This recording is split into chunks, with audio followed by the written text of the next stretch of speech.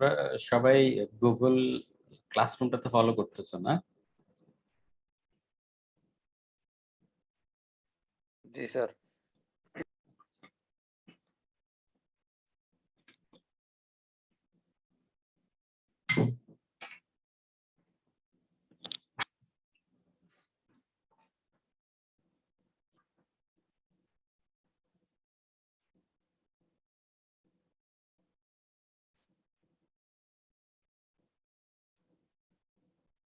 Screen কি দেখা যায়? জি স্যার।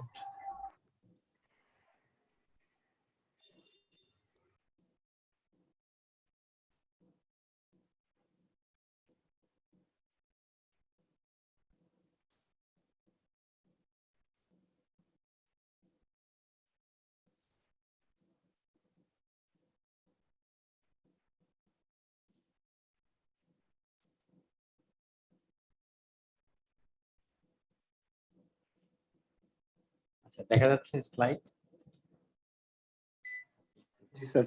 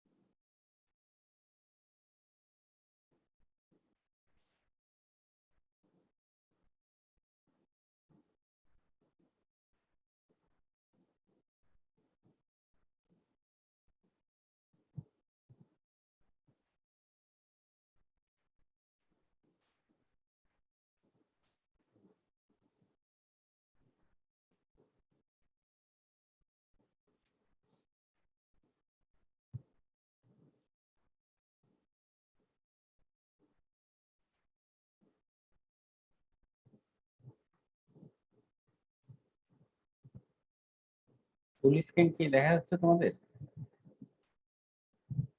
তোমরা অর্ধেক স্ক্রিন দেখতেছো।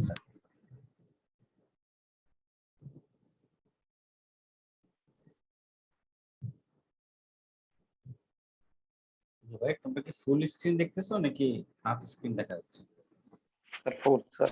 ফুল স্ক্রিন দেখা যাচ্ছে না? ওকে ওকে। আচ্ছা শোনো, আজকের টপিকস হচ্ছে আচ্ছা তার আগে বলি, তোমরা সবাই ক্লাসরুমে ওইটা জমা দিছো সবাই? যেটা আমি জি স্যার। ল্যাব স্যার সবাই। ছাড়া।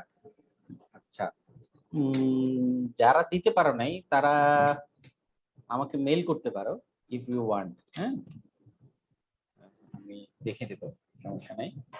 কিন্তু জমা দিতে হবে, জমা দিলে আমি তোমাদেরকে এইগুলোর উপর রিভিউ হবে, রিভিউতে তোমরা বুঝতে পারবা যে আসলে কিভাবে করলে সুবিধা হবে। আমার ল্যাব ক্লাস করার উদ্দেশ্য হচ্ছে একটু মানে তোমরা যত কি শিখলা সেটা একটু বোঝা আর অ্যাসেসমেন্ট করতে সুবিধা হবে, বুঝতে পারছো? মানে এই এই এই এই যেই ল্যাব ক্লাসটা, ল্যাবের যে এক্সারসাইজ গুলো করতেছি সেগুলো এটাতে আপাতত কোনো মার্কস থাকবে না, বাট পরবর্তী যেগুলো হবে সেগুলোতে কিন্তু মার্কস থাকবে। হ্যাঁ, তো এখনো সুযোগ আছে যে তোমাদের মানে ইমপ্রুভ করার। তো যারা দাও নাই তারা আমাকে মেইল করবা, তারা কাস্টমারে দিতে পারবে না কিন্তু আমাকে মেইল করতে পারবে, ঠিক আছে? মেইল করলাম, বাট এগুলোর উপর একটা ডিসকাশন ক্লাস হবে, সমস্যা নেই, সেটা আমি জানাবো কখন ডিসকাশন ক্লাস হবে। সো আসো, আজকের ক্লাস হচ্ছে আমরা 3 উইকস এর করছি, মানে 3 উইকস এর মধ্যে আমরা অলরেডি ঢুকে গেছি। আমাদের আজকের ক্লাসটা হচ্ছে যে প্রজেক্ট ম্যানেজমেন্ট প্রসেস গ্রুপ এ কেস স্টাডি। আচ্ছা, এখন কিছুটা আইডিয়া হয়েছে প্রজেক্ট কি, প্রোগ্রাম কি, পোর্টফোলিও কি, এগুলো একটু আইডিয়া হয়েছে না তোমাদের? জি স্যার। তারপরে নলেজ এরিয়া কয়টা বলো তো?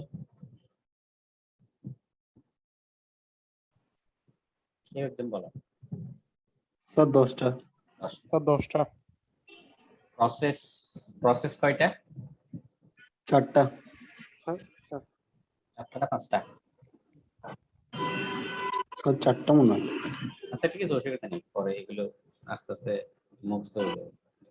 তারপরে ট্রিপল কনস্ট্যান্ট কয়টা?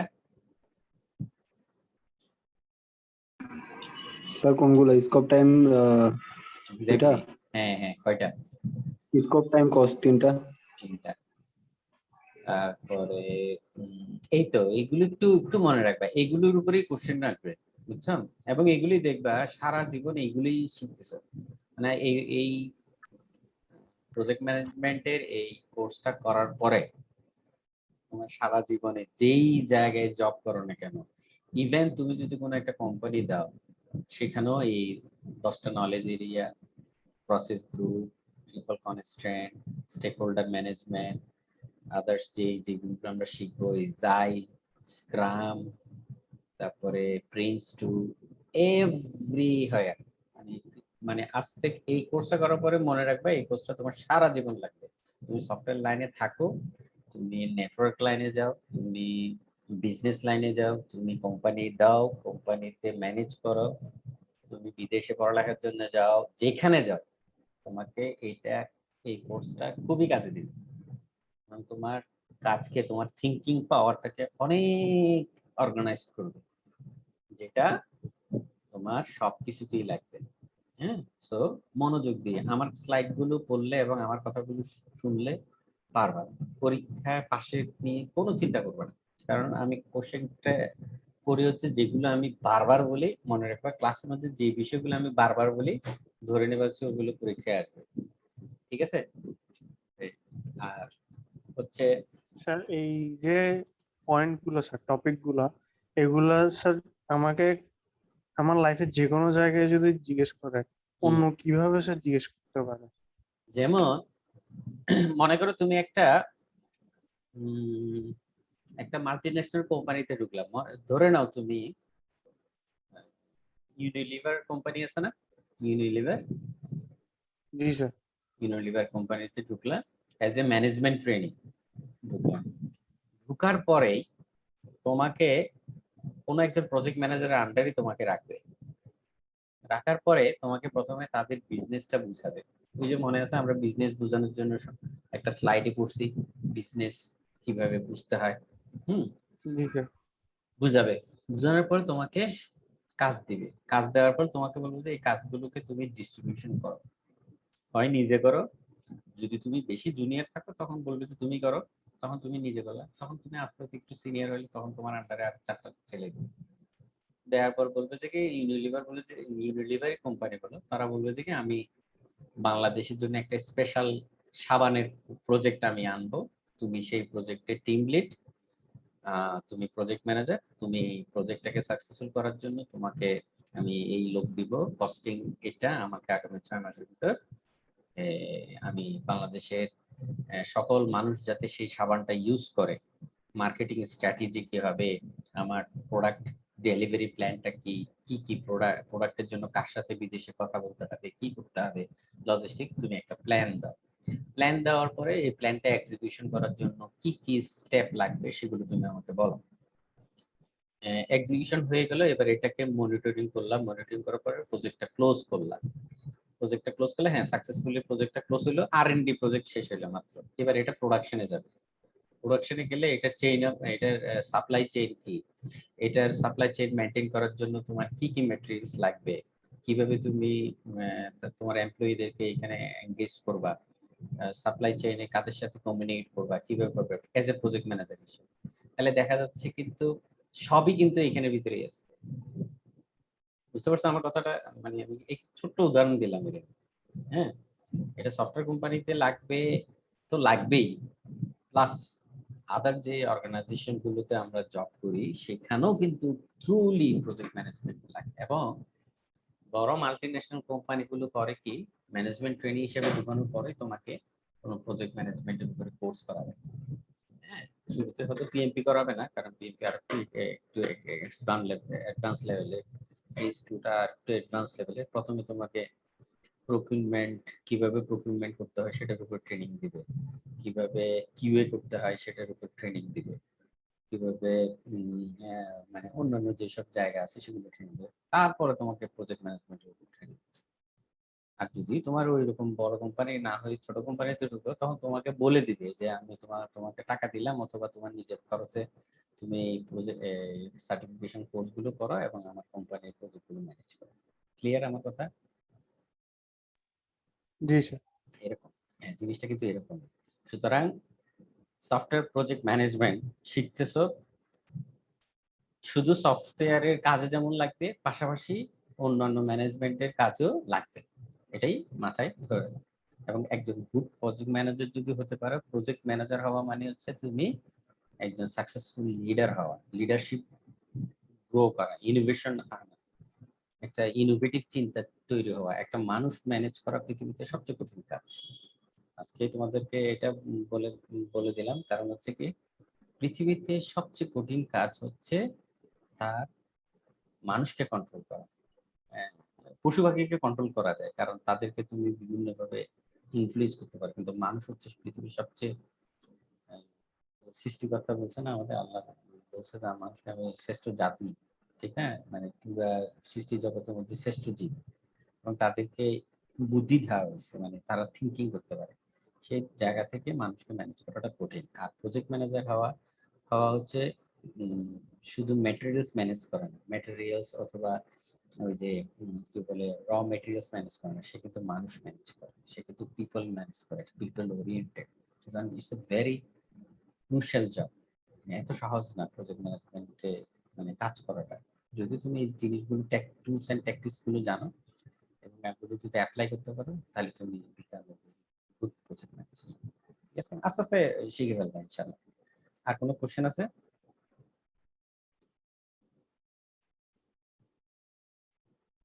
আর কোনো কোশ্চেন?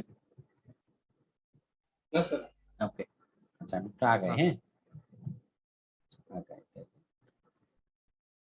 আসলে আমরা এই মানে আজকে আমরা কিছু কেস স্টাডি করব প্রজেক্ট ম্যানেজমেন্ট প্রসেস গ্রুপের কিছু কেস স্টাডি করব, যেটা আমাদের কাজে লাগবে পরবর্তী কোর্সগুলো, পরবর্তী ক্লাসের জন্য লাগবে। সুতরাং প্রসেস গ্রুপগুলো কিভাবে করছে, দুইটা কেস স্টাডি দিয়ে আমরা মানে দেখব কিভাবে একটা সফটওয়্যার প্রজেক্ট কিভাবে ম্যানেজ করা যায়। আসলে আমাদের প্রসেস গ্রুপ হচ্ছে 5টা, 4টা বলছিল না কিছুক্ষণ আগে একজন, সে হয়তো একটা হয়তো ভুলে গেছো। আসলে প্রসেস গ্রুপ হচ্ছে 5টা। সে 5টাকে নিয়ে আমরা কথা বলবো। নলেজ এরিয়া হচ্ছে 10টা নলেজ এরিয়াকে যদি আমি 5টা প্রসেস গ্রুপকে যদি আমি এক্সিস লাইনে রাখি, আর 10টা নলেজ এরিয়াকে যদি ওয়াই এক্সিস লাইনে রাখি, তাহলে কোন কাজটা কি করতে হয় সেটা আমরা একটু দেখবো, কিভাবে করে সেটা আমরা দেখবো। আমাদের এই কোর্সের মেইন, আজকের এই লার্নিং এর মেইন অবজেক্টিভ হচ্ছে আমাদের যে প্রসেস গ্রুপগুলো আছে, প্রসেস এরিয়াগুলো আছে, প্রজেক্ট ম্যানেজমেন্ট প্রসেস গুলো আছে, সেটা হচ্ছে 5টা, আর নলেজ এরিয়া হচ্ছে 10টা। সেই 10টা এবং 5টাকে কম্বিনেশন করে কেমনে কিভাবে একটা ভালো প্রজেক্ট ম্যানেজমেন্ট শেখা যায় সেটা আমরা দেখব।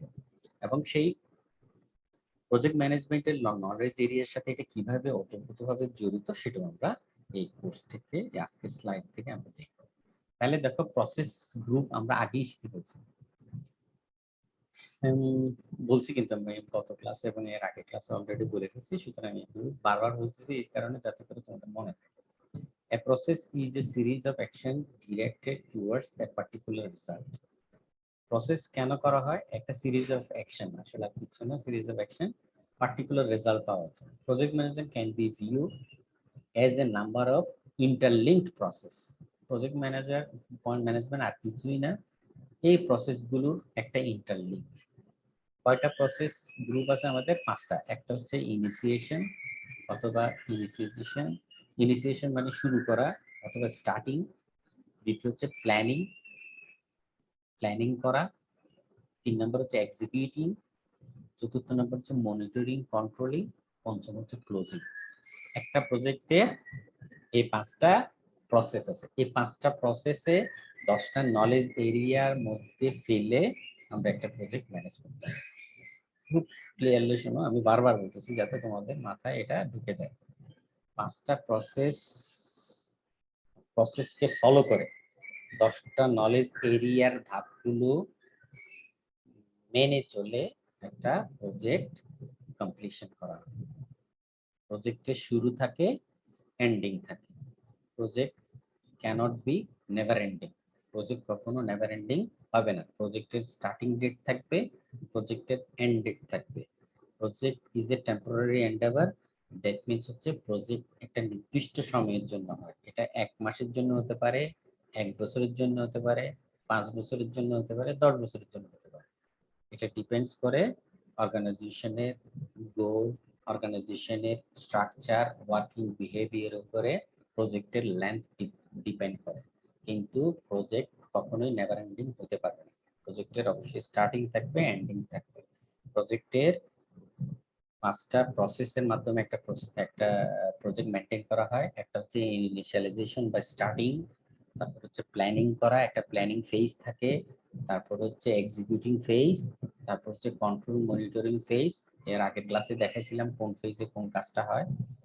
তারপর হচ্ছে ক্লোজিং ফেজ। এখন 10টা নলেজ এরিয়া আছে বলছিলাম, স্টেক হোল্ডার ম্যানেজমেন্টে, তারপর integration, scope, time, costing, QA, এরকম আরো 10টা নলেজ এরিয়া আছে। সেগুলো আমরা আস্তে আস্তে দেখবো কিভাবে কাজ করে। ঠিক আছে, আজকের মেইন উদ্দেশ্য হচ্ছে 10টা নলেজ এরিয়া এবং প্রসেস গ্রুপকে কম্বাইন করলে কিভাবে একটা প্রজেক্ট ম্যানেজ হয় সেটা দেখা। কঠিন বিষয় না, একটু মনোযোগ দিবা, জাস্ট আর কিচ্ছু না। হ্যাঁ, দেখো আমরা যদি একটা প্রজেক্ট ম্যানেজ করি, দেখো ওই যে 5টা ফেজ বললাম না, 5টা process: initialization, planning, executing, monitoring, controlling, closing. একটা প্রজেক্টের ইনিশিয়ালাইজেশনটা সর্বোচ্চ 1% 2% হয়। হ্যাঁ, 1% 2% ইনিশিয়ালাইজেশন মানে হচ্ছে যে প্রজেক্ট স্টার্ট করার জন্য কিছু ডকুমেন্টস তৈরি করতে হয়, স্টেক হোল্ডারদের সাথে মিটিং সেটিং করতে হয়, অফিসটাকে অফিস ভাড়া নিতে হয় অথবা অফিস সেট আপ করতে হয়। এগুলো হচ্ছে ইনিশিয়ালাইজেশন। ইনিশিয়ালাইজেশনে এই কাজগুলো হয়, মানে একদম ভেরি বেসিক একটা প্রজেক্টের শুরু হওয়ার জন্য। তারপরে অনেক সময় দেখা যায় হচ্ছে যে লোকবলও এখানে হায়ার করে ফেলা হয়।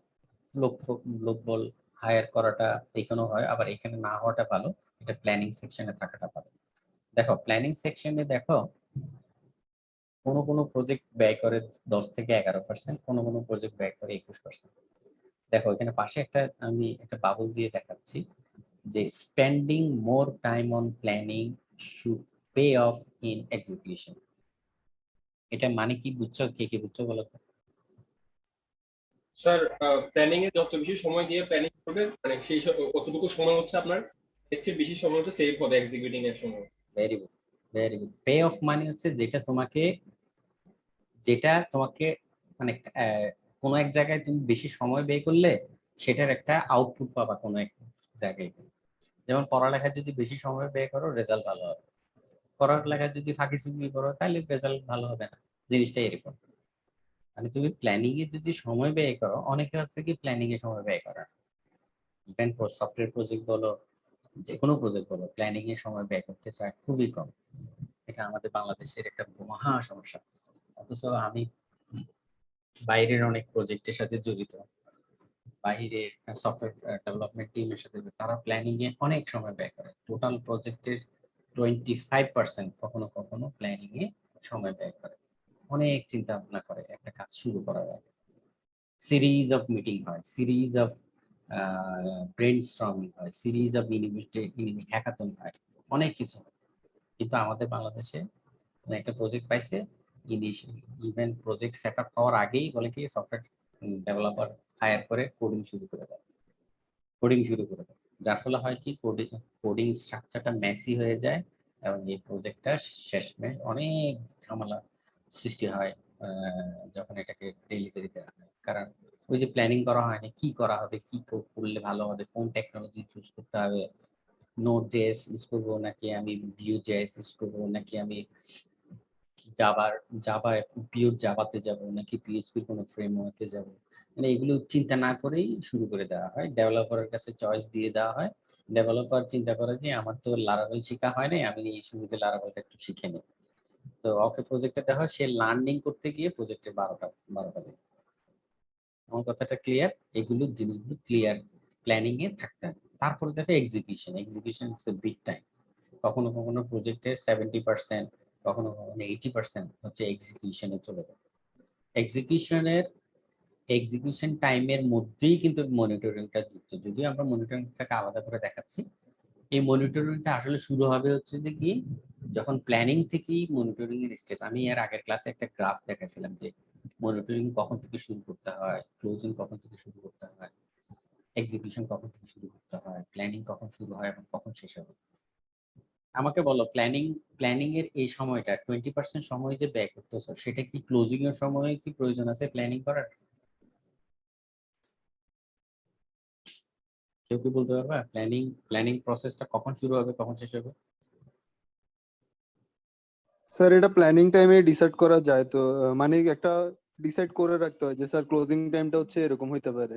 এক্স্যাক্টলি, এটা কিন্তু হ্যাঁ, কিন্তু মানে এটা মানে এটারও প্ল্যানিংটা টোটাল প্রজেক্টের 20%। দ্যাট মিনস যে প্ল্যানিং এখানে ধাপগুলো এরকম না যে যে ইনিশিয়েশন প্ল্যানিং শেষ করে দিব, মানে প্ল্যানিং ফেজটা ক্লোজ করে দিব, এক্সিকিউশন ফেজটা শেষ না হওয়া পর্যন্ত মনিটরিং শুরু করা যাবে না। জিনিসটা কিন্তু এমন না। এখানে আমরা দেখাচ্ছি যে কি টোটাল প্রজেক্টের কত পার্সেন্ট আমি প্ল্যানিং এ ব্যয় করব, টোটাল প্রজেক্টের কত পার্সেন্ট আমি এক্সিকিউশনে ব্যয় করব, টোটাল প্রজেক্টের কত পার্সেন্ট আমি মনিটরিং এ ব্যয় করব। প্ল্যানিং এর সময়ও আমার মনিটরিং এর প্রয়োজন হতেও পারে, তবে মনিটরিংটা বেশি বেশি প্রয়োজন পড়বে কোথায়? এক্সিকিউশনে, যে ঠিকমতো প্ল্যান অনুসারে হচ্ছে কিনা। ঠিক আছে, ঠিকমতো প্ল্যান অনুসারে হচ্ছে কিনা সেটা আমরা মনিটরিং করা। তো সুতরাং টোটাল প্রজেক্টে দেখা যাচ্ছে কি প্ল্যানিং যদি আমি 20%, মোরালেস 20%, এবং ক্লোজিং এবং ইনিশিয়ালাইজেশন যদি আমি 5% এর মধ্যে রাখি, তাহলে হচ্ছে 75% আমরা এক্সিকিউশনে এবং 75% আমরা এক্সিকিউশন এবং মনিটরিং এর সময় ব্যয় করতে পারবো। জিনিসটা ক্লিয়ার? এটাই হচ্ছে যে মেইন উদ্দেশ্য, যে প্ল্যানিং এ একটু সময় বেশি রাখা। কেউ প্ল্যানিং ফেজটাকে করতেই চায় না, সফটওয়্যার প্রজেক্ট বলো অন্য প্রজেক্ট বলো, প্ল্যানিং করতে চায় না। যার কারণে আমাদের এই থার্ড ওয়ার্ল্ডের ম্যাক্সিমাম প্রজেক্টই কি হয়, ডিলে হয়, প্রজেক্ট ঠিক টাইমে শেষ হয় না, প্রজেক্টের কস্টিং বেড়ে যায়, প্রজেক্টের আউটপুটটা ভালো আসে না, প্রজেক্টের আউটকাম হয় না। এই কারণেই হয় প্ল্যানিং এর যথেষ্ট অভাব। স্যার আলফা প্রজেক্ট ম্যানেজারটা কি? আলফা প্রজেক্ট ম্যানেজার হচ্ছে কি, এখানে আমরা দুইটা দেখাইছি, যে এখানে দেখানো হয়েছে কি সচরাচর যে প্রজেক্ট ম্যানেজমেন্ট করে সে হচ্ছে যে আদার প্রজেক্ট ম্যানেজার। আলফাকে বলা হচ্ছে যে একজন ভালো প্রজেক্ট ম্যানেজার। তারা কি করবে, তারা দেখো এই প্ল্যানিং এ প্রচুর সময় ব্যয় করবে, কিন্তু আদার প্রজেক্ট ম্যানেজার কি করবে, ওই 10%ও খরচ করবে না প্ল্যানিং এ, না খরচ করেই এক্সিকিউশনে চলে যায়। যার কারণে প্রজেক্টটা দুইটা সিনারিও বোঝানো হয়েছে। এই যে ভালো প্রজেক্ট ম্যানেজ করাটাকে বললাম আলফা প্রজেক্ট ম্যানেজার, আর যারা ভালো না সেটা তারা হচ্ছে আদার প্রজেক্ট ম্যানেজার। তাহলে আদার প্রজেক্ট ম্যানেজার করে কি প্ল্যানিং এ সময় ব্যয় করে, এক্সিকিউশনে বেশি সময় ব্যয় করে। সুতরাং যারা ভালো প্রজেক্ট ম্যানেজার, একটা ক্যাটাগরি করা হয়েছে, আলফা একটা ক্যাটাগরি করা হয়েছে, সেই ক্যাটাগরি আমরা ভালো কারো বলতে পারি না, লিটারালি বলাটা ঠিক না। আরে সবাই তো ভালো। একটা নাম একটা বিশেষায়িত করলাম যে এরা আলফা শ্রেণী আর এটা হচ্ছে বেটা শ্রেণী। হ্যাঁ, এটা এই শ্রেণীতে ভাগ করা হয়েছে। এটা ক্লিয়ার?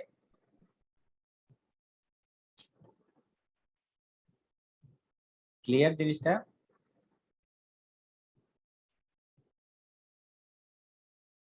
আমাকে শুনতে পাচ্ছ নাকি? জি স্যার। ওকে, মাঝে মধ্যে কথা বলিও, নাহলে বোঝা যায় না, আমি বলতে থাকি তো। অসুবিধা নেই, বলি মাঝে মধ্যে কথা বলি। আচ্ছা, mapping the process group to the knowledge area. আমরা এখন কি কাজ করব, ওই যে প্রসেস গ্রুপ, তাহলে প্রসেস গ্রুপ কয়টা আসমাত বলো?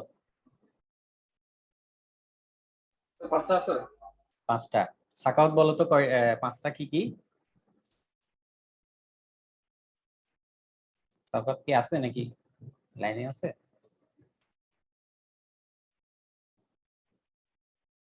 জুবাই তুমি বলো।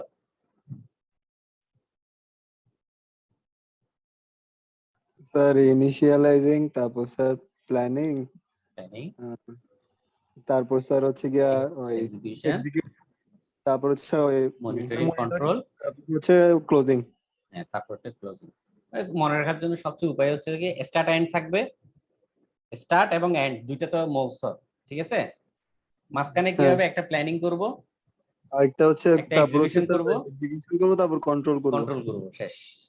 এইভাবে যদি মনে রাখো সারা জীবন মনে থাকবে। আর পরীক্ষার খাতায় যে একদম পরীক্ষার খাতায় এইভাবে আমার একদম মানে মানে কি বলে যে বুকিশ ভাষায় লিখতে হবে নট নেসেসারি। তুমি যেটা বুঝছো ওটা বুঝলে আমি মার্কস দিয়ে দিই। আমি মার্কস দেওয়ার ক্ষেত্রে খুবই উদার, মার্কস খুব ভালো দেই। সুতরাং জিস কথাটা লিখতে হবে। তুমি যদি ইনিশিয়ালাইজেশনের পরিবর্তে স্টার্টও লেখো, আমি ধরে নেব তুমি জিনিসটা বুঝছো। ক্লোজিং এর পরিবর্তে তুমি যদি এন্ড লেখো, তাও আমি ধরে নেব তুমি জিনিসটা বুঝছো। কিন্তু যে কিছুই লিখবে না তাকে আমি কিভাবে মার্কস দেবো বলো? তাহলে 5টা প্রসেস ক্লিয়ার। আর নলেজ এরিয়া হচ্ছে কয়টা? 10টা। 10টা নলেজ এরিয়া, 5টা প্রসেস গ্রুপের সাথে আমরা এবার একটু রিলেশন করব কিভাবে কি কাজ করে। খুব মজার জিনিস, একটু ধৈর্য দিয়ে পড়বা। প্রথমে মনে হবে হিজিবিজি, স্যারে কি পড়াইতেছে হিজিবিজি বুঝতেছি না, পরে দেখবা জিনিসটা তো স্যারের এটা তো আমাদের অনেক জিনিস পড়াইতেছে। পরে রিয়েলাইজেশন হবে। অনেক সময় হয় কি, কোনো একটা গান শুনতেছো না, গানটা প্রথম দেখায় ভালো লাগে না, প্রথম শোনাতে ভালো লাগে না, কিন্তু যখন দ্বিতীয়বার শোনো তখন সেই গানটা তোমার খুব ভালো লাগে এবং তোমার শ্রুতি মধুর হয়ে যায়। এই জিনিসগুলো এরকম, প্রথমে মনে হবে রসকস ছাড়া, কিন্তু পরে দেখবে যে না না এগুলো তো রিয়েল লাইফে মিলতেছে, তখন তোমার মজাটা চলে যাবে। এর আগে মজাটা পেতে পারবে না। এটা আমার ক্ষেত্রেও হয়েছে। আমি প্রথম যখন পড়তে গেছি আমার কাছে কেমন যেন এগুলো কি বলে, এইসব কথাবার্তা এগুলো তো মনে থাকে না, কিন্তু পরে এগুলো একদম মুখস্থ হয়ে গেছে। দেখো, developing an IT project management methodology. ওই যে আমরা ম্যাপিং করব বলছি না, সেই ম্যাপিংটা আমি দেখাবো একটা চার্টের মাধ্যমে। তার আগে আমি এই জিনিসটা একটু বলি, তারপরে আমরা একটা চার্টে চলে যাবো। চার্টটা দেখলে আমরা অনেক কিছু বুঝতে পারবো। দেখো, developing an IT project management methodology, just as project and unique, so any approach to project management works. মানে যে কোনো প্রজেক্ট ম্যানেজমেন্ট এই জায়গায় কাজ করবে। Many organizations develop their own project management methodology, especially for IT project. অনেকে মনে করে কিনা আইটি প্রজেক্টের জন্য মনে হয় স্পেশালি কোনো কিছু করার দরকার আছে। নো, দরকার নেই। যেগুলি এক্সিস্টিং যেগুলো আছে সেগুলোকে ঠিকমতো পালন করলে একটা আইটি প্রজেক্ট ম্যানেজমেন্ট করাটা খুবই সহজ। A methodology describe how things should be done, a standard describe what should be done. দুইটা কথা কিন্তু। মেথোডোলজি কি বলবে, মেথোডোলজির কোশ্চেন হচ্ছে কিভাবে করব। মেথোডোলজি মানে কিভাবে হবে, হাউ। আর স্ট্যান্ডার্ড মানে হোয়াট, দুইটা question. Methodology raise the question how, এবং standard describe what I should do. Methodology হচ্ছে how I should do. Methodology হচ্ছে হাউ কিভাবে করব, স্ট্যান্ডার্ড হচ্ছে হোয়াট টু ডু মানে কি করব। এই দুইটাকে মিলেই কিন্তু প্রজেক্ট ম্যানেজমেন্ট। দেখো, প্রজেক্ট ম্যানেজমেন্টের কয়েকটা মেথোডোলজি আছে। একটা হচ্ছে প্রিন্স2, এজাইল, তারপর হচ্ছে তোমার আরইউপি, রিলেশনাল ইউনিফাইড প্রসেস, তারপর হচ্ছে সিক্স সিগমা, এটাও একটা প্রসেস মানে মেথোডোলজি। এরকম অনেক মেথোডোলজি আছে, আরো অনেক মেথোডোলজি আছে। এইগুলো হচ্ছে একটু পপুলার। তার মধ্যে এজাইল এখন সারা ওয়ার্ল্ডকে ডমিনেট করতেছে, প্রিন্স2 করতেছে, সিক্স সিগমাও আছে, অনেকে ফলো করে, অনেকে রিলেশনাল ইউনিফাইড মডেলটাকেও ফলো করে, আরইউপি কেও ফলো করে, বাট ডমিনেটিং হচ্ছে তোমার এজাইল এবং প্রিন্স2। এই দুইটা ডমিনেট করতেছে সারা ওয়ার্ল্ডে। এই দুইটার ওয়ে অফ মেথোডোলজি এটাকে সবাই অ্যাডপ্ট করতেছে এবং এটার মধ্যেই প্রজেক্ট ম্যানেজমেন্ট করতেছে। তো ঠিক আছে, আমরা এজাইল এবং প্রিন্স2টাকে বেশি গুরুত্ব দিব প্রজেক্ট ম্যানেজমেন্টের জন্য। আইটি প্রজেক্ট ম্যানেজমেন্টের জন্য যেমন এজাইল, এবং এজাইলে শুরুই হয়েছিল আইটি প্রজেক্ট ম্যানেজমেন্ট, তারপরে তারা অন্যান্য প্রজেক্ট ম্যানেজমেন্টে শিফট করছে। প্রিন্স2 তো ওয়ার্ল্ড রিকগনাইজ একটা সার্টিফিকেশন। সো এগুলোর উপর তো আমি তোমাদের একটা চার্ট দেখাই, তাহলে এই চার্টটা আমরা করি।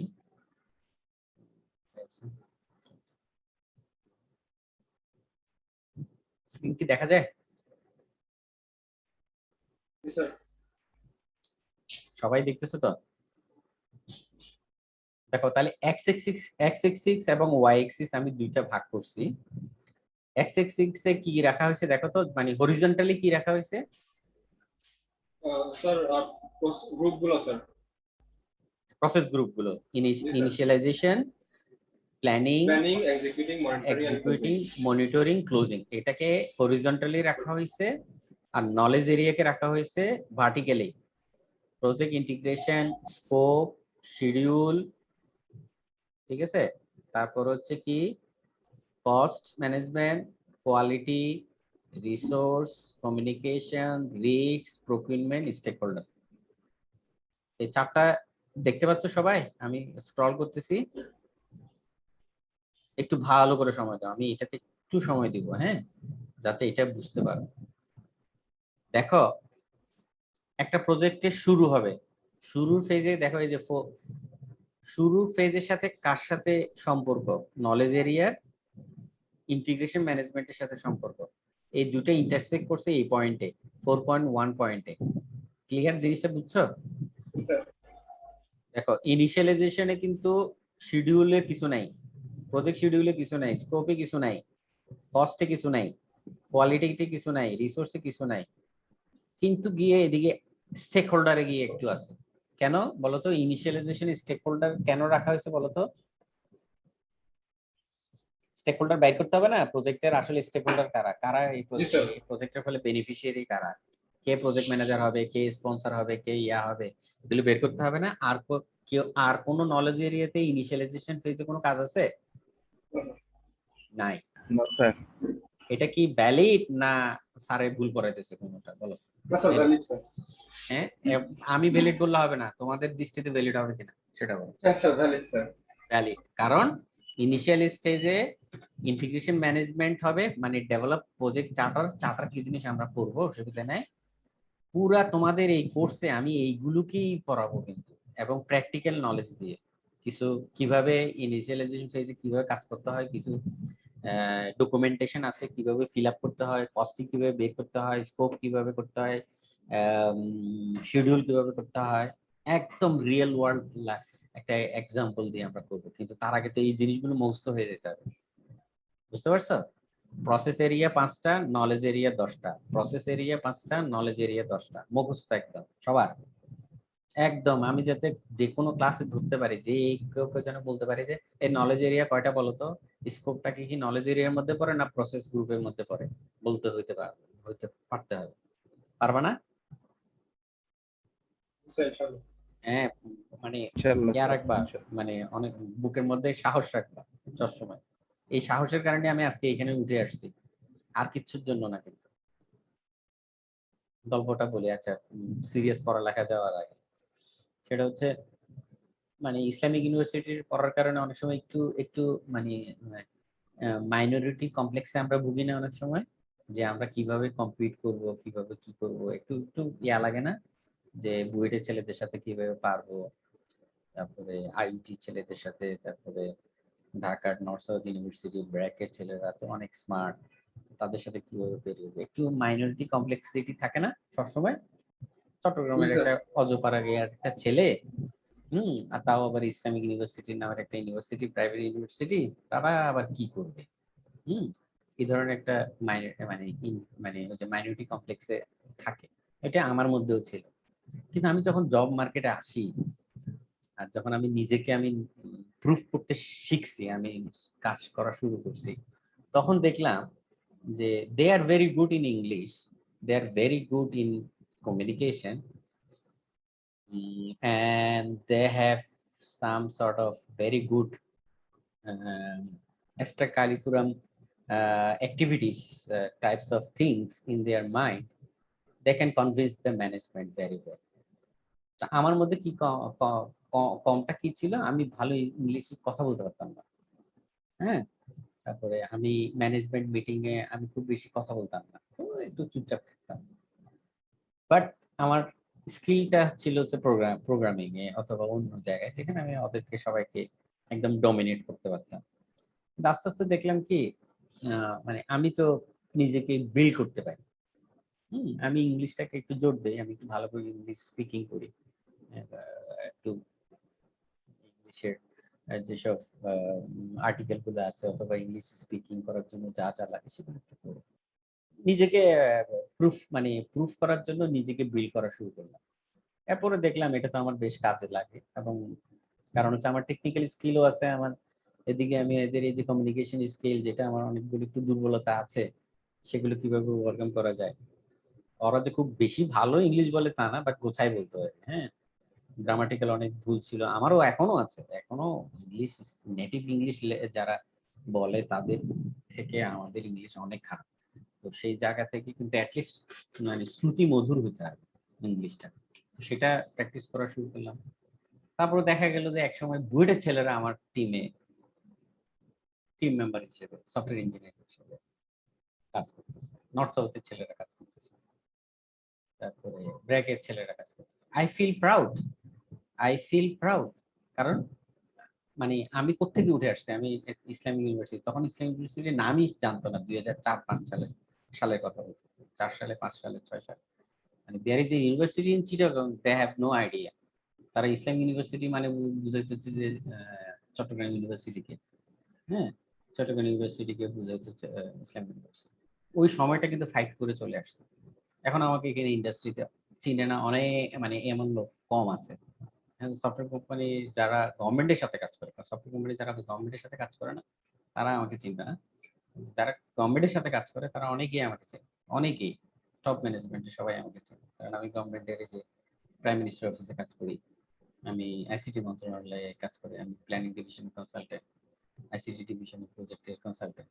সো অনেকে আমাকে চেনে। সো আমার আন্ডারে এখন অনেক সফটওয়্যার কোম্পানির অনেক বড় বড় লোক চলে আমার সাথে কথা বলে। তো আই ফিল প্রাউড যে আমি কোথেকে উঠে এসেছি। সেজন্য তোমরা কখনোই ইনফিনিটি এইসব কমপ্লেক্সে বুঝবে না, নিজেকে প্রুফ করার জন্য যথেষ্ট সময় পাবা, এখনো সময় আছে, সুতরাং গড়ে উঠতে হবে সেভাবে।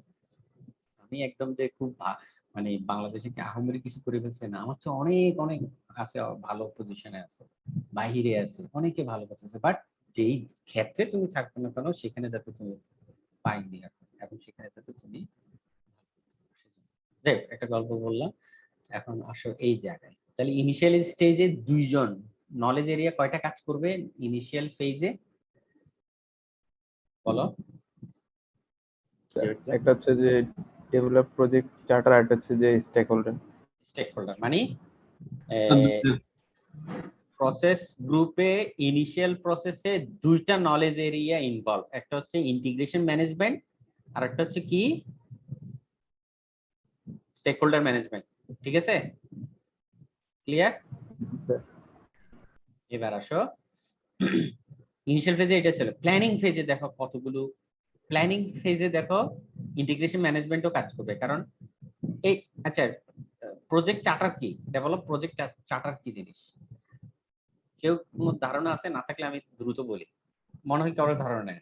এটা হচ্ছে ইনিশিয়াল ডকুমেন্টেশন, এই প্রজেক্টের চার্টার যে প্রজেক্ট আসলে কি কাজ করা হবে সেটা আইডেন্টিফাই করা, কি কাজ করলে প্রজেক্টটা সাকসেসফুল হবে, সেই কাজগুলোকে একটা চার্টারের মধ্যে এক জায়গায় লিখে নিয়ে আসা, এক জায়গায় লিখে রাখা, বুঝতে পারছো? সেটাকে বলে প্রজেক্ট চার্টার। তারপর দেখো প্ল্যানিং প্রসেসে দেখো অনেকগুলো কাজ, অনেক অলমোস্ট সবগুলো নলেজ এরিয়া এটার সাথে ইনভলভ। প্ল্যানিং এ দেখো প্ল্যানিং কেন গুরুত্বপূর্ণ। প্ল্যানিং এ ইন্টিগ্রেশনের পার্টে প্ল্যানিং এ কি কাজ করা হবে? Develop project management plan. এখানে ম্যানেজমেন্ট প্ল্যানটা হবে। স্কোপ ম্যানেজমেন্টের প্ল্যানিং শাখায় কি করা হবে? স্কোপ ম্যানেজমেন্ট প্ল্যান করতে হবে, তারপর হচ্ছে যে কালেক্ট রিকোয়ারমেন্ট করতে হবে, ডিফাইন স্কোপ করতে হবে, ক্রিয়েট WBS কি জিনিস এগুলো পরে পড়বো, সমস্যা নাই। ওয়ার্ক ব্রেকডাউন স্ট্রাকচার, কাজকে ব্রেকডাউন করা। তাহলে প্ল্যানিং এর স্কোপ ম্যানেজমেন্টে কয়টা কাজ? 1 2 3 4 4টা কাজ। এই কাজগুলো যে মনে রাখতে হবে এমন না, একসময় গিয়ে মুখস্থ হয়ে যাবে। ঠিক আছে, এখন জাস্ট দেখো, হ্যাঁ, একটু থিঙ্ক করলে দেখবে যে মনে পড়বে যে প্ল্যানিং প্রসেসে স্কোপ ম্যানেজমেন্টের 4টা কাজ: স্কোপ ম্যানেজমেন্ট করা, রিকোয়ারমেন্ট কালেক্ট করা, স্কোপটাকে ডিফাইন করা, ওয়ার্ক ব্রেকডাউন করা। প্ল্যানিং ফেজের শিডিউল ম্যানেজমেন্টে কয়টা কাজ? 1 2 3 4 5 5টা কাজ। প্ল্যানিং ফেজের শিডিউল ম্যানেজমেন্টের 5টা কাজ। কি কাজ করা?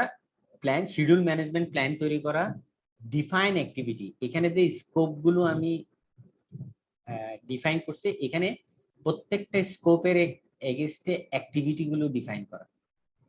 অ্যাক্টিভিটি মানে বুঝো? স্কোপ আর অ্যাক্টিভিটি কি জিনিস বলো তো কেউ একজন?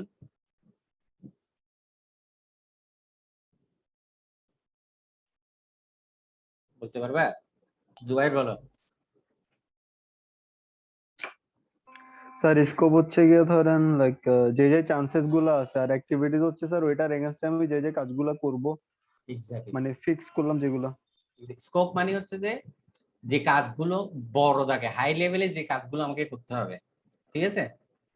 হাই লেভেলে বড় কাজ যেগুলো আমার স্কোপ, মানে এই প্রজেক্টের স্কোপ হচ্ছে এই স্কোপ। মানে এখানে প্রোগ্রামিং মানে এই মানে প্রজেক্টে প্রোগ্রামিং সফটওয়্যার বানাইতে হবে, এই প্রজেক্টের মাধ্যমে একটা পয়েন্ট অফ সেল বানাইতে হবে, এই প্রজেক্টের মাধ্যমে একটা এইচআর ম্যানেজমেন্ট মানতে হবে। পুরো প্রজেক্ট হচ্ছে একটা ইআরপি সফটওয়্যার মনে করো। তাহলে স্কোপ গুলো হচ্ছে ওই যে ছোট ছোট ভাগে ভাগ করা। ওই স্কোপটাকে ফুলফিল করার জন্য অ্যাক্টিভিটি লাগবে, মানে কি কি কাজ করতে হবে। অ্যাক্টিভিটি মানে হচ্ছে যে কাজ, আসলে আর কিচ্ছু না, ঠিক আছে? কি কি। তারপরে দেখো সিকোয়েন্স অ্যাক্টিভিটিস। অ্যাক্টিভিটি ডিফাইন করার পরে এটা সিকোয়েন্স করতে হবে, প্রায়োরিটাইজ করতে হবে, ঠিক আছে? কোনটা ক্লায়েন্ট আগে চায়, কোনটা পরে চায়, সেটা প্রায়োরিটাইজ করা। তারপরে হচ্ছে যে কি এস্টিমেট অ্যাক্টিভিটি ডিউরেশন। এখন অ্যাক্টিভিটি গুলো বের করলাম, অ্যাক্টিভিটি বের করার পরে অ্যাক্টিভিটি গুলো কতক্ষণ সময় ধরে করব সেটা আমাকে বের করতে হবে। Develop schedule. তাহলে শিডিউল ম্যানেজমেন্ট, প্ল্যানিং প্রসেসে শিডিউল ম্যানেজমেন্টের কাজ কয়টা? 5টা। প্ল্যানিং প্রসেসে শিডিউল ম্যানেজমেন্টের কাজ কয়টা? 5টা। জিনিসটা বুঝতেছো না নাকি কঠিন হয়ে যাচ্ছে তোমাদের জন্য? স্যার স্যার, বুঝতেছি স্যার। হুম? বুঝে সবটা যাচ্ছে স্যার। মনে রাখার দরকার নেই। এখানে 39টা প্রসেস, মানে ছোট ছোট প্রসেস আছে প্রত্যেকটা। এগুলো মনে রাখা সম্ভব না, কিন্তু কোনোদিন যখন পিএমপি পরীক্ষা দিবা তখন এগুলো তোমাকে মনে রাখতে হবে। বুঝতে পারছো? পিএমপি পরীক্ষা না দেওয়া পর্যন্ত আপাতত শিখে যাও। যখন পিএমপি পরীক্ষা দিবা তখন এই 39টা প্রসেস গুলো কোনটা কোন জায়গায় করবে, বিভিন্ন কোশ্চেন আসে সেগুলো। কিন্তু ইনিশিয়ালি এগুলো মনে রাখাটা একটু কঠিন, বাট আস্তে আস্তে দেখবা যে এগুলো মুখস্থ হয়ে যাবে। এগুলো আমার একদম মুখস্থ হয়ে গেছে। ইদানিং হয়তো আমি পড়ালেখা করতেছি দেখে আরো একটু ঝালাই হচ্ছে, বাট এগুলো আমি কাজ করতে করতে আমার মুখস্থ মতো হয়ে যায়। এই নামে আমি বললি না, অন্য কোনো নামেই বলি, বুঝছো? একদম বুকিশ ভাষায় হয়তো আমার বলা হয় না অনেক সময়, কিন্তু আমি অন্য নামে এটা কোনো না কোনো ভাবে বলি। আচ্ছা, প্ল্যানিং প্রসেসে কস্ট ম্যানেজমেন্টে কি কি ধাপ? 3টা ধাপ। দেখো সবগুলোর সাথে একটা প্ল্যান আছে। Plan cost management, plan schedule management, plan scope management, আর এটা তো পুরো প্রজেক্ট ম্যানেজমেন্ট। সবগুলোর সাথেই কিন্তু প্ল্যান। যেহেতু প্ল্যানিং সেশনে আছি তাহলে প্ল্যান কস্ট ম্যানেজমেন্ট একটা থাকবেই। তারপর এস্টিমেটেড কস্ট, ডিফাইন বাজেট। যেহেতু কস্ট ম্যানেজমেন্ট ফেজে, মানে কস্ট ম্যানেজমেন্ট নলেজ এরিয়াতে প্ল্যানিং ফেজে এই 3টা কাজ করা হয়। কোয়ালিটি ইন্স্যুরেন্সে প্ল্যান, কোয়ালিটি ম্যানেজমেন্ট প্ল্যান করা হয়, একটাই কাজ। তারপরে প্রসেস রিসোর্স ম্যানেজমেন্টে 2টা কাজ, plan, resource management, estimated activity. এই জায়গায় প্ল্যানিং ফেজে 2টা কিওয়ার্ডকে সবসময় মনে রাখবা। একটা হচ্ছে যে কি প্ল্যানিং ফেজে প্ল্যান করা হয়, আর একটা হচ্ছে এস্টিমেট করা হয়। তাহলে তোমার এই জিনিসগুলো মনে থাকবে অনেক কিছু। প্ল্যান করা হয়, এস্টিমেট করা হয়, প্ল্যান করা হয়, এস্টিমেট করা হয়, প্ল্যান, এস্টিমেট। যে কোনো নলেজ এরিয়াতে প্ল্যান থাকবে, হয়তো এস্টিমেট থাকবে। প্ল্যান মাস্ট থাকবে, হয়তো এস্টিমেট থাকবে। এভাবে মনে রাখলে মনে থাকবে। আর আদারওয়াইজ এগুলো প্রথম দিকে একটু মানে মনে রাখতে কষ্ট হয়, বাট আস্তে আস্তে এগুলো হয়ে যায়। তোমাদের পরীক্ষায় এরকম তোমাদের এরকম পরীক্ষায় দিব না যে কোনটাতে কি আসবে, কারণ এটা একটু মানে সম্ভব না। এগুলো এই ফেজে না, আরো একটু অভিজ্ঞ হতে হবে, তখন মনে থাকবে। বাট আমি কোশ্চেন করবো যে প্ল্যানিং প্রসেস কি, আর মানে নলেজ এরিয়া গুলো কি কি, এভাবে হয়তো কোশ্চেন করছে, কিন্তু এরকম ইয়া করা হবে না। হ্যাঁ, বাট এগুলো শিখাচ্ছি তোমাদের যেটা কাজে। রিস্ক ম্যানেজমেন্টে দেখো ওই আবার প্ল্যান ডকুমেন্ট তৈরি হবে, আইডেন্টিফাই হবে। আইডেন্টিফাই হওয়া মানে কি, মানে কি ওই জায়গায় এস্টিমেট ছিল, যেখানে টাকা পয়সার ব্যাপার ছিল সেখানে এস্টিমেট, আর যেগুলোতে টাকা পয়সা নাই সেখানে হচ্ছে আইডেন্টিফাই। ঠিক আছে, perform qualitative risk analysis, perform quantitative. আচ্ছা, কোয়ালিটেটিভ এবং কোয়ান্টিটেটিভ এইটার পার্থক্য বুঝো তোমরা নাকি বুঝো না? জি জানি স্যার, বুঝি স্যার। বলো তো দেখি আমাকে কেউ একজন বলো, এনিওয়ান? আসনাদ বলো। স্যার কোয়ান্টিটি মানে বোঝাচ্ছে আমাদের আসলে কতটুকু পরিমাণে মানে ক্ষতির ব্যাপার স্যাপার আছে আর কি। আর কোয়ালিটি বলতে হচ্ছে এই রিস্কের যে ইয়াটা মানে না মানে লেভেলটা। হচ্ছে কি, মানে আমি বলি মানে কোয়ালিটেটিভ শাব্দিক অর্থ কি, আর কোয়ান্টিটেটিভ এটা শাব্দিক। এনিওয়ান যে কেউ একদম বলো, সমস্যা নেই। একটা হচ্ছে স্যার টেকসই এর ব্যাপার, একটা হচ্ছে যে আপনার পরিমাণের বিষয়টা স্যার, মানে কি পরিমাণ আমি ইয়া ইয়া অনেকটা কাছাকাছি, একদম কাছাকাছি। প্রাইমারি সেকেন্ডারি ডেটা সম্পর্কে আইডিয়া আছে কাকা? প্রাইমারি ডেটা, সেকেন্ডারি ডেটা তোমরা রিসার্চ মেথডোলজি এই ক্লাস এই কোর্সটা করছো কেউ? জি স্যার, জি সবার স্যার। করা হয়েছে। রিসার্চ মেথডোলজি মনে হয় তোমাদের সবাইকে একটু করানোর কথা, এটা তো কম্পালসারি এখন। জি স্যার, সবার হয়েছে স্যার। ওখানে প্রাইমারি ডেটা সেকেন্ডারি ডেটা পড়ায়নি তোমাদেরকে? স্যার পড়ছিলাম। হ্যাঁ, ভুলে গেছো তো, অসুবিধা নেই, ভুলে গেলেও কোনো সমস্যা নেই, ভুলে যাওয়াটা করছি না দোষের স্যার। কিছু না। বাট স্যার প্রাইমারি ডাটা যেটা স্যার সরাসরি আসে ওইটা, আর সেকেন্ডারি হচ্ছে স্যার কোন একটা সোর্সের থ্রু আসে, মানে হচ্ছে যে একটা স্টেপ পার হয়ে আসে ওইটা না sir? Very good, very good. Primary data হচ্ছে র ডাটা, একদম র, জি স্যার। জি স্যার। একদম র ডাটা, সেটাকে বলা হয় প্রাইমারি ডাটা। আর সেকেন্ডারি ডাটা হচ্ছে যেখানে যেখানে র ডাটার উপরে কাজ করে কোন একটা শেপে ডেটাটাকে প্রসেস করে দ্বিতীয় মাধ্যমে তোমার কাছে যদি পৌঁছায় সেটাকে হচ্ছে সেকেন্ডারি ডেটা। বুঝতে পারছো? জি, যেমন যেমন তোমাকে আমরা যে রিসার্চের কাজ করি, আমরা দুইভাবে কাজ করি, দুইভাবে ডেটা কালেক্ট করি। আরো অনেকগুলো মেথডোলজি আছে, এগুলো পরে নাই বললাম, কোন এক সময় গিয়ে বললাম। আমি পড়ালেখা করে আসছি সেই কখন, তোমাদের আজ থেকে 15-16 বছর আগে। হ্যাঁ, তাও আমার এখনো কিছু কিছু মনে আছে, কারণ হচ্ছে হয়তো আমি এই লাইনে আছি দেখে, নাইলে হয়তো আমি এগুলো ভুলে যেতাম। বাট তোমরা চেষ্টা করবা যেগুলো পড়ালেখা করছো এগুলো কিছু কিছু অ্যাটলিস্ট বাজি ওয়ার্ড, যেগুলো বাজি ওয়ার্ড বলে, আমার দৃষ্টি আমি এগুলোকে বাজ ওয়ার্ড বলি। বাজওয়ার্ড বলে যে এই বাজওয়ার্ড গুলো মনে রাখা। এত পড়ালেখা তোমরা প্রেসারে থাকো, সবগুলো তো মনে রাখা সম্ভব না, আর কিছু বাজওয়ার্ড আছে এগুলো মনে রাখতে হবে। তো প্রাইমারি ডেটা হচ্ছে কি একদম ব্রড, মানে মনে কোনো একটা মিল ফ্যাক্টরিতে কি পরিমাণ র মেটেরিয়ালস লাগতেছে সেই হিসাবটা যদি কোনো একটা এক্সেল শিটে থাকে, হ্যাঁ, যে এত বস্তা সিমেন্ট লাগছে, এত বস্তা বালি লাগছে, এত বস্তা এটা লাগছে, ওটা লাগছে, হ্যান লাগছে, ত্যান লাগছে, একদম মানে একদম রুট লেভেলে গিয়ে যে ডেটা সেটা হচ্ছে র ডাটা বা প্রাইমারি ডেটা। হ্যাঁ, আর যদি বলে যে না এই এই সিমেন্টের ইয়াতে এই র মেটেরিয়ালস গুলোর মাধ্যমে এত ব্যাগ সিমেন্ট তৈরি হয়েছে, তার মধ্যে মানে 100 ব্যাগ সিমেন্ট তৈরি হয়েছে, তার মধ্যে 50 ব্যাগের কোয়ালিটি খুবই ভালো, 50 ব্যাগের প্যাকেটিং এর কারণে কোয়ালিটি বি গ্রেডের, আর প্রসেসিং এর কারণে আরো আরেকটা সি গ্রেড হয়ে গেছে, 3 গ্রেড হয়ে গেছে। এই যে ব্যাগিং এর কারণে 3 ক্যাটাগরির আমি যে ডেটাটা তৈরি করলাম, এটা হচ্ছে সেকেন্ডারি ডেটা, কারণ এটা ডিপেন্ড করতেছে হচ্ছে কি র ডাটার মিক্সচারের উপরে, বুঝছো? র ডাটার মিক্সচারের কারণে আমি গ্রেড 1, গ্রেড 2, গ্রেড 3 এভাবে ভাগ করতেছি। এই পর্যায়ে যদি আমি ডেটা ঠিক জানি জয়েন করতে চাই, তোমাদের কি মনে সব বের হয়ে যাচ্ছে না, মানে নেটওয়ার্কের কারণে না? স্যার এরকম হয়, তারপর আবার ঢুকতে চাইলে তখন তো আবার পারমিশন লাগবে। আচ্ছা, একটা কাজ করবো, কারণ আমি উইথাউট পারমিশন এটা করে দিই, কেমন? জি স্যার, তাহলে ওয়েটিং রুম সবচেয়ে ভালো হয়, তাহলে পারমিশনের জন্য ওয়েট করতে হবে না।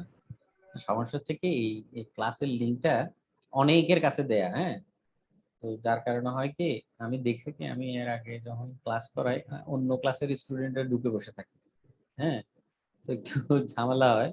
তো তো ঝামেলা হয়েছে কি, ধরো ওরা হয়তো শিখার জন্য ঢুকছে, আমার কোনো আমি মাইন্ড করি না, কিন্তু অনেক সময় দেখা গেছে কি এমন একটা কোশ্চেন করেও যেটা আমার ক্লাসের সাথে রিলেভেন্ট না, সে হয়তো এর আগের ক্লাসটাকে ফলো না করার কারণে, তখন আমি জিজ্ঞেস করি তুমি কোন ক্লাসের, বলছে স্যার না আমি অন্য ক্লাসের, আমি আপনার ক্লাসে আমি ঢুকতেছি একটু মানে দেখার জন্য একটু শুনে যাবো, তাহলে তো তুমি মিস করলা, কারণ আমি আগের ক্লাসে এটা পড়াই ফেলছি, অথবা ইয়া করে বলছি তুমি অন্য ক্লাসে হলে তুমি ওই ক্লাসে জয়েন করবা, এরকম প্রবলেম হয়। এনিওয়ে কোনো প্রবলেম না, আমি তোমাদের জন্য এটা ওপেন করে দেবো। তো সেরকম এখানে হচ্ছে তো কোয়ালিটেটিভ হচ্ছে যে কি, কোয়ান্টিটিভ হচ্ছে অনেকটা সেকেন্ডারি ডেটার মতো, কোয়ান্টিটি পরিমাণ নিয়ে বিভিন্ন ধরনের র ডাটার কে একটু বিশ্লেষণ ধর্মী করে এটাকে আমি করি। আর কোয়ালিটি হচ্ছে একদম প্রাইমারি লেভেলে যদি কোনো ডেটা থাকে সেটাকে নিয়ে, তাহলে রিস্ক দুই ধরনের হয়, প্রাইমারি রিস্ক থাকে, আর একটা হচ্ছে যে কি ও এটা একটা প্রাইমারি রিস্ক না, বাট কোনো কারণে কোনো একটা পরিস্থিতিতে, বিশেষ পরিস্থিতিতে কোনো বিশেষ ধরনের একটা রিস্ক হইতে পারে, সেটাকে অ্যানালাইসিস করে, ঠিক আছে। এরপরে আসলে দেখো এখন প্রজেক্ট প্রকিউরমেন্ট ম্যানেজমেন্ট প্ল্যানিং এ প্রকিউরমেন্ট ম্যানেজমেন্ট প্ল্যানটা তৈরি হবে। এখানে প্ল্যান এই অংশটুকু সবই প্ল্যান, ক্লিয়ার। এবার আসো এক্সিকিউশন, তাহলে আমরা এই দুইটা ধাপ করে ফেলছি, স্টার্টিং এবং প্ল্যানিং, এই দুইটা ধাপ করছে, এবং এই স্টার্টিং ধাপে কয়টা নলেজ এরিয়া কভার করে আর প্ল্যানিং ধাপে কয়টা নলেজ এরিয়া কভার করে আমরা মোটামুটি একটু দেখছি। এবার আসা হচ্ছে কি এক্সিকিউশনে দেখো, এক্সিকিউশনে ইন্টিগ্রেশন ম্যানেজমেন্টের কাজ আছে, direct and project and manage project works, manage project knowledge, এই জায়গায় এই দুইটা কাজ বিদ্যমান, কিন্তু বাকি একটা দুইটা, এই দুইটা কাজ কিন্তু এই জায়গায় এক্সিকিউশনে কোনো স্কোপ ম্যানেজমেন্ট করা হয় না, এক্সিকিউশনে আর কোনো শিডিউল ম্যানেজ করা হয় না। শিডিউল মানে কি, শিডিউল তো অলরেডি আমি ম্যানেজ করে ওকে দিয়ে দিছি, আবার নতুন করে আমি এখানে শিডিউল করার প্রয়োজন পড়ে না, ঠিক আছে।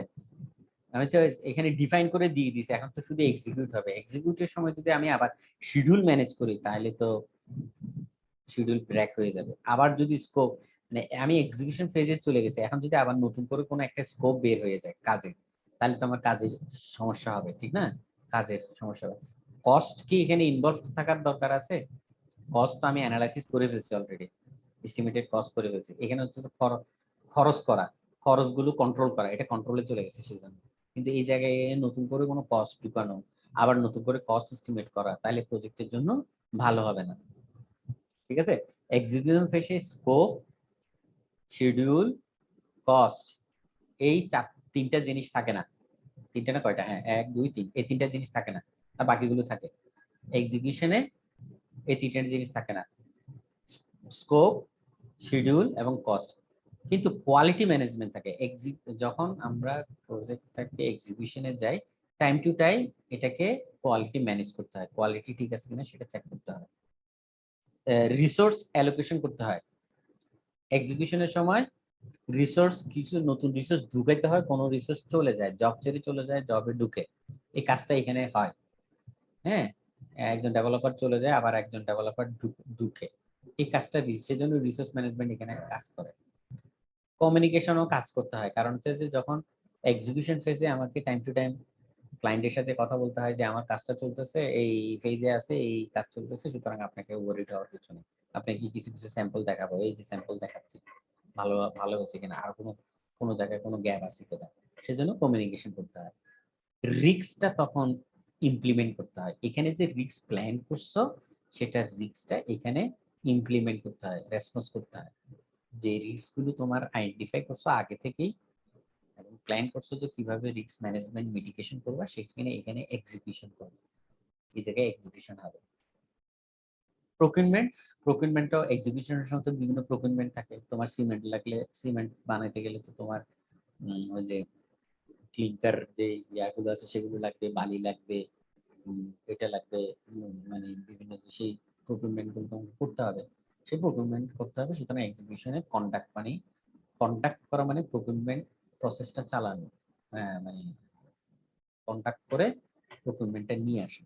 আর স্টেক হোল্ডার ম্যানেজ তো করতে হবে, স্টেক হোল্ডারকে বিভিন্ন সময় এঙ্গেজ করতে হবে যে ঠিক আছে কিনা, একটু টাইম টু টাইম ওদেরকে দেখানো, ওদের সাথে কমিউনিকেট করে ওদেরকে দেখানো, কোনো জায়গায় ভুল থাকলে তারা যাতে শাউট করে, এবং শাউটের ফলে তুমি এটাকে ইয়া করতে পারো। তাইলে এক্সিকিউশনে 3টা ছাড়া বাকি সব জায়গায় কাজে লাগে।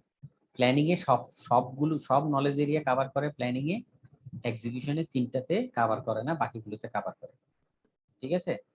আর প্রজেক্ট ইনিশিয়ালাইজেশনে 2টা ছাড়া বাকি কোনোটাতেই নলেজ এরিয়ার কাজ নেই। এবার আসো মনিটরিং অলমোস্ট সবই, কোনোটাই বাদ নাই। হ্যাঁ, কোনোটাই বাদ নাই। মনিটরিংটা কাজ যখন ইন্টিগ্রেশন মানে যখন শুরু হবে, ইন্টিগ্রেশনের কাজ যখন শুরু হবে তখনও লাগবে স্কোপের সময় ভ্যালিডেট করতে হবে, স্কোপটা ভ্যালিডেট করা, স্কোপকে ন্যারো ডাউন করা, এগুলো মনিটরিং এবং কন্ট্রোলিং। ভ্যালিডেট মানে স্কোপ তুমি ডিফাইন করলা কিন্তু এটা ভ্যালিডেশন করলা না কাস্টমারের সাথে, মানে তাহলে তো তোমার স্কোপ বেড়েও যেতে পারে অথবা স্কোপ কম হয়ে যেতে পারে। কন্ট্রোল করা স্কোপ, তোমার বাজেটের মধ্যে বলা আছে 10 লাখ টাকার মধ্যে এই প্রজেক্ট করতে হবে, এখন এমন স্কোপ বের করছো, কাজ বের করছো যেটা আসলে 10 কোটি টাকার কাজ হয়ে গেছে, মানে ক্লায়েন্টকে খুশি করতে গিয়ে তুমি মারা গেলা, তাহলে তো হবে না। সেজন্য কন্ট্রোল করতে হবে, স্কোপ কন্ট্রোল করা। তারপর হচ্ছে তোমার শিডিউল কন্ট্রোল করা, কস্ট কন্ট্রোল করা, কোয়ালিটি কন্ট্রোল করা, রিসোর্স কন্ট্রোল করা, মনিটরিং কন্ট্রোল করা, রিস্ক মনিটরিং করা বা কন্ট্রোল করা, প্রকিউরমেন্ট কন্ট্রোল করা, সব কন্ট্রোল, এখানে সব কন্ট্রোল। তাহলে দেখো এই চার্টারটা মুখস্থ করাটাকে এখন খুব বেশি ডিফিকাল্ট না স্যার। কিছু, কিন্তু টেকনিক বলে ফেলছে অলরেডি। ওই টেকনিক যদি তুমি একটু ফলো করো, এটা মুখস্থ রাখা কোনো ব্যাপারই না, কোনো ব্যাপার না। সে যদি একটু টেকনিকটা মনে রাখা, প্ল্যানিং এর সময় সব জায়গায় সব প্ল্যানিং আছে, শুধু সব নলেজ এরিয়ার আগে প্ল্যান যোগ করে দিলে আমার ওইটা কভার হয়ে যাবে। আর যেসব জায়গায় টাকা পয়সা আছে সেখানে এস্টিমেশন আছে, আর যেখানে টাকা পয়সা ইনভলভ নেই সেখানে অ্যাক্টিভিটি। ঠিক আছে? অ্যাক্টিভিটি ডিফাইন করা। রিস্কের তো টাকা পয়সার কোনো কিছু নাই, রিস্ক হবে কি আইডেন্টিফাই করা, হ্যাঁ, আইডেন্টিফাই করা, কিন্তু কস্টের সময় এস্টিমেশন করা। ঠিক আছে? এই জিনিসগুলো এইভাবে যদি একটু মনে রাখো, এটা পুরোটাই তোমার করতে পারবা। আর ক্লোজিং তো খুবই ভালো জিনিস, ক্লোজিং শুধু একটাতেই, ওই ইন্টিগ্রেশন, আর কোথাও ক্লোজিং নেই, তাহলে আমি যে কষ্ট করে তোমাদেরকে বুঝাইলাম, এটা কি বুঝতে পারছো নাকি না বুঝে থাকলে আবার জি বুঝাবো? Sir, easy sir. স্যার বুঝতে পারছি ইজি করে বুঝতে পারছো না কঠিন করে বুঝতে পারছো? স্যার, ইজি করে, ইজি করে বুঝতে কিন্তু পারছো, স্যার মনে রাখতে আর একটু টাইম লাগবে। একটু টাইম লাগবে, আমি আগে বলছি। টেকনিকটা ভালো হয়েছে স্যার, মানে এক্সিকিউশন টাইমে 3টা পার্ট নাই যেগুলো নলেজ এরিয়ার। এক্স্যাক্টলি এভাবে মনে রাখবা, এভাবে মনে রাখবা, এভাবে মনে রাখবা। 2টা কাজ করে, প্ল্যানিং এর মধ্যে সবগুলাই কাজ করে নলেজ এরিয়া। তাহলে তোমরা অনেক মানে আমার দৃষ্টিতে তোমরা ভালো স্টুডেন্ট, আমি খুব অ্যাপ্রিশিয়েট করতেছি তোমাদের, কারণ এই জিনিসটাই আমি সম্ভবত প্ল্যানিং একাডেমির একটা সিনিয়র ব্যাচ ছিল, তারা কেউ ডেপুটি সেক্রেটারি ছিল, অনেকে জয়েন্ট সেক্রেটারি ছিল, আমার বুঝাতে মানে রীতিমতো আমার মানে ঘাম ছুটে গেছে, বুঝছো? অনেক সময় হয় না, মানে টিচার ঘেমে যায়, হ্যাঁ, মানে এমন ভাবে বোঝানোর চেষ্টা করতেছি কারো মাথায় ঢুকতেছে না, মানে সবাই এই হারাই বলতেছে। বাট স্যার আগের 3টা ক্লাস মনে হয় করে নাই ওনারা, হইতেও পারে করে নাই, এই জন্য। হতে পারে। আর ওদেরকে ম্যানেজ করা কঠিন, সরকারি লোকজন, অনেক সিনিয়র লোকজন, তারা তো বলতে পারি না আপনি ক্লাসটা করেন না কেন, ওদেরকে ম্যানেজ করতে হয় অন্যভাবে, তো ডিপ্লোম্যাটিক্স ওয়েতে করতে হয়। বাট তারা অনেক খুবই ভালো এবং তারা খুব অ্যাপ্রিশিয়েট করে, কোঅপারেশন করে, আমার কাছে খুব ভালো লাগে। সো এই জিনিসগুলো যাতে, সো পড়ালেখার কোনো বিকল্প নেই, পড়ালেখা করবা, যত পড়ালেখা করবা তত দেখবা নলেজ বাড়বে। আর পড়ালেখা নিজের মধ্যে সীমাবদ্ধ রাখবা না, মানে গ্রুপ স্টাডি করবা, কারোর সাথে এগুলো নিয়ে কথা বলবা, গ্রুপে কথা বলবা, কাজে দেয়। সো আমার মনে হয় খুব কষ্ট হইলেও এই জিনিসটা একটু কয়েকদিন ধরে শুধু দেখে থাকবা, মানে মানে মনে রাখার দরকার নেই, শুধু দেখবা যে স্যারে কি বলছে, দেখি তো এখানে স্যারে কয়েকটা টেকনিকের কথা বলছে, আমি দেখি নতুন কোনো টেকনিক বের করতে পারি কিনা যেটার মাধ্যমে আমি এটা মনে রাখতে পারি। এবং ঘুরে ফিরে দেখবা আমি যে টেকনিকগুলো বলছি সেগুলোর ভিতরে তুমি সীমাবদ্ধ আছো। হ্যাঁ, এবং কারণ এগুলো আমার বানানো না, এগুলো আমি মানে আমরাও এরকম শিখে আসছি, আমাদেরকে টেকনিক গুলো বলা হয়েছে, আমরাও দেখলাম যে হ্যাঁ নিজেরা স্টাডি করতে গেলে এই টেকনিক ভাবে যদি মনে রাখি তাহলে এই জিনিসগুলো হয়। যখন তুমি ভালো প্রজেক্ট ম্যানেজার হবা তখন কিন্তু তোমার তখন এই টেকনিক গুলো কাজে দেবে, যে এই ফেজে আমার তো এই ডকুমেন্টস গুলো করার কথা ছিল, এগুলো কি হয়েছে, হয় নাই। স্কোপটাকে ভ্যালিডেট করার কথা ছিল মনিটরিং স্টেজে এসে, প্রজেক্ট স্কোপটাকে কি ভ্যালিডেশন মনিটরিং স্টেজে এসে স্কোপটা কি ভ্যালিডেট করা হয়েছে, হয়। এখন তুমি এই কোশ্চেন নিজেকে নিজে করতে হবে, তাইলে তুমি ভালো প্রজেক্ট ম্যানেজার হতে পারবে। ওয়েল, আমার মনে হয় আজকের স্লাইড আমি বাকিগুলো না পড়লেও চলবে।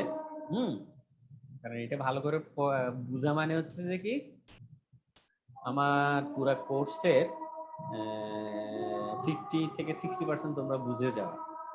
হ্যাঁ, এরপর আমরা যা করবো সেটা হচ্ছে গতানুগতিক এই প্রসেস, মানে স্কোপ ম্যানেজমেন্টে কি কি ডকুমেন্টেশন করতে হবে, কিভাবে করতে হবে, এগুলোকে নিয়ে এগুলো নাড়াচাড়া করা। আবার বলি, প্রজেক্ট ম্যানেজমেন্টের 5টা প্রসেস গ্রুপ আছে, 5টা ফেজ আছে, 5টা ফেজে 10টা নলেজ এরিয়া নিয়ে কাজ করতে হয়। সেই 10টা নলেজ এরিয়া 5টা প্রসেস গ্রুপের কোন কোন জায়গায় কোনটার ইনভলভমেন্ট সেটা এই চার্টার থেকে বোঝা যায়। এবং এটা ভালো করে করলে এটা কিন্তু এই দেখো টেবিলের শেষে আমি কি লিখছি দেখো, project management process group of knowledge area, a guide to the project management book of knowledge. মানে আমি তোমাদের পিএমপির লেটেস্ট ভার্সন যেটা সেটার পড়া কিন্তু পড়াই হয়েছে অলরেডি। লেটেস্ট ভার্সনে এগুলো নিয়ে আছে, এবং এর বাইরে আরো কিছু আছে, সেগুলো পড়া লাগে। ওকে, আমি নলেজ এরিয়া তো স্যার 13টা দেখতে মনে হচ্ছে। না, এটা এখানে 4 নাম্বার থেকে শুরু করছে, এই যে 4 নাম্বার থেকে। ও আচ্ছা আচ্ছা, এটা 4 নাম্বার থেকে স্যার যে একটা বই দিছেন, হ্যাঁ ওখানে তো স্যার দেখলাম যে স্কোপ নিয়ে হচ্ছে পুরা বই।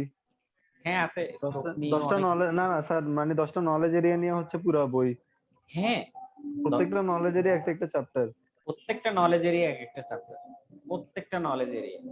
এবং এই যারা নলেজ এরিয়া গুলো পড়বে, এই নলেজ এরিয়া গুলো যেগুলো পড়বে, এবং তারা প্রজেক্ট ম্যানেজার হতে পারবে।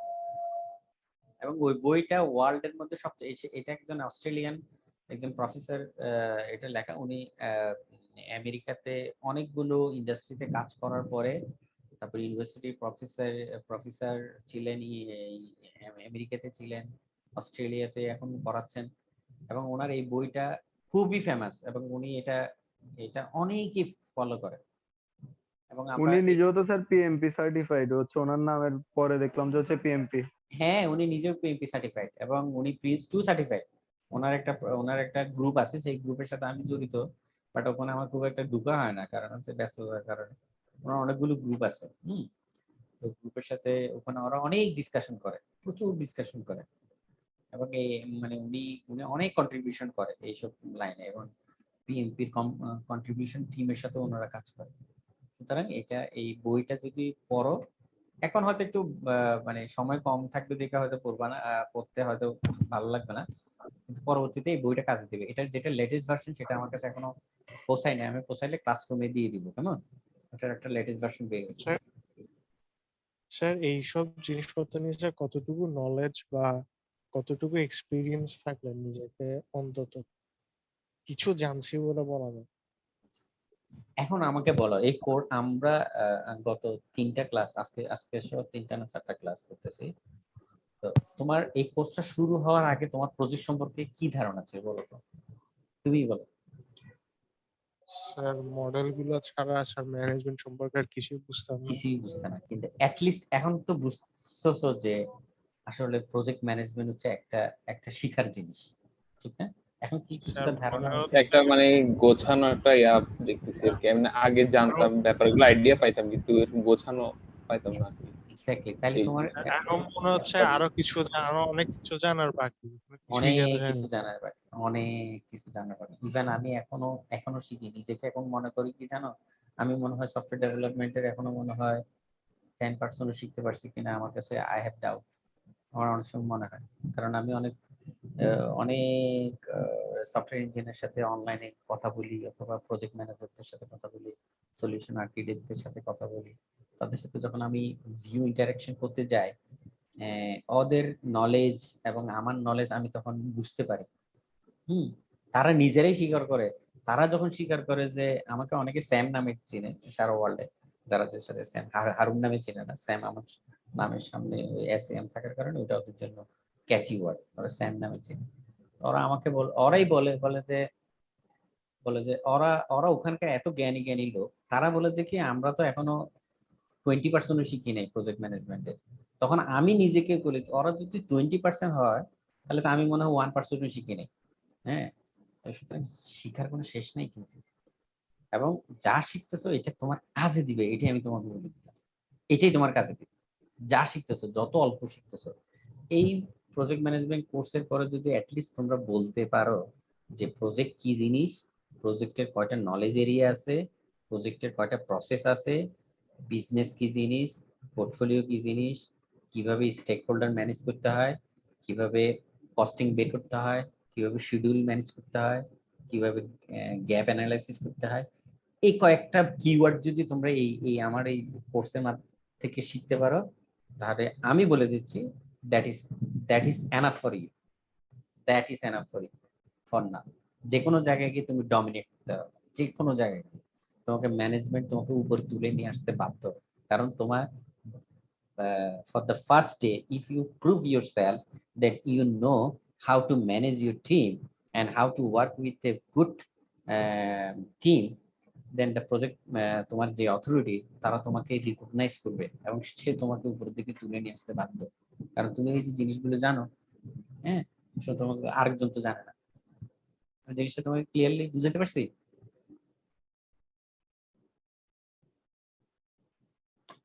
আমাকে জি স্যার। আচ্ছা, তাহলে কি তোমার এখন একটু কনফিডেন্স হয় না? আগে চেয়ে এখন একটু বেটার কনফিডেন্স ফিল করতেছো না?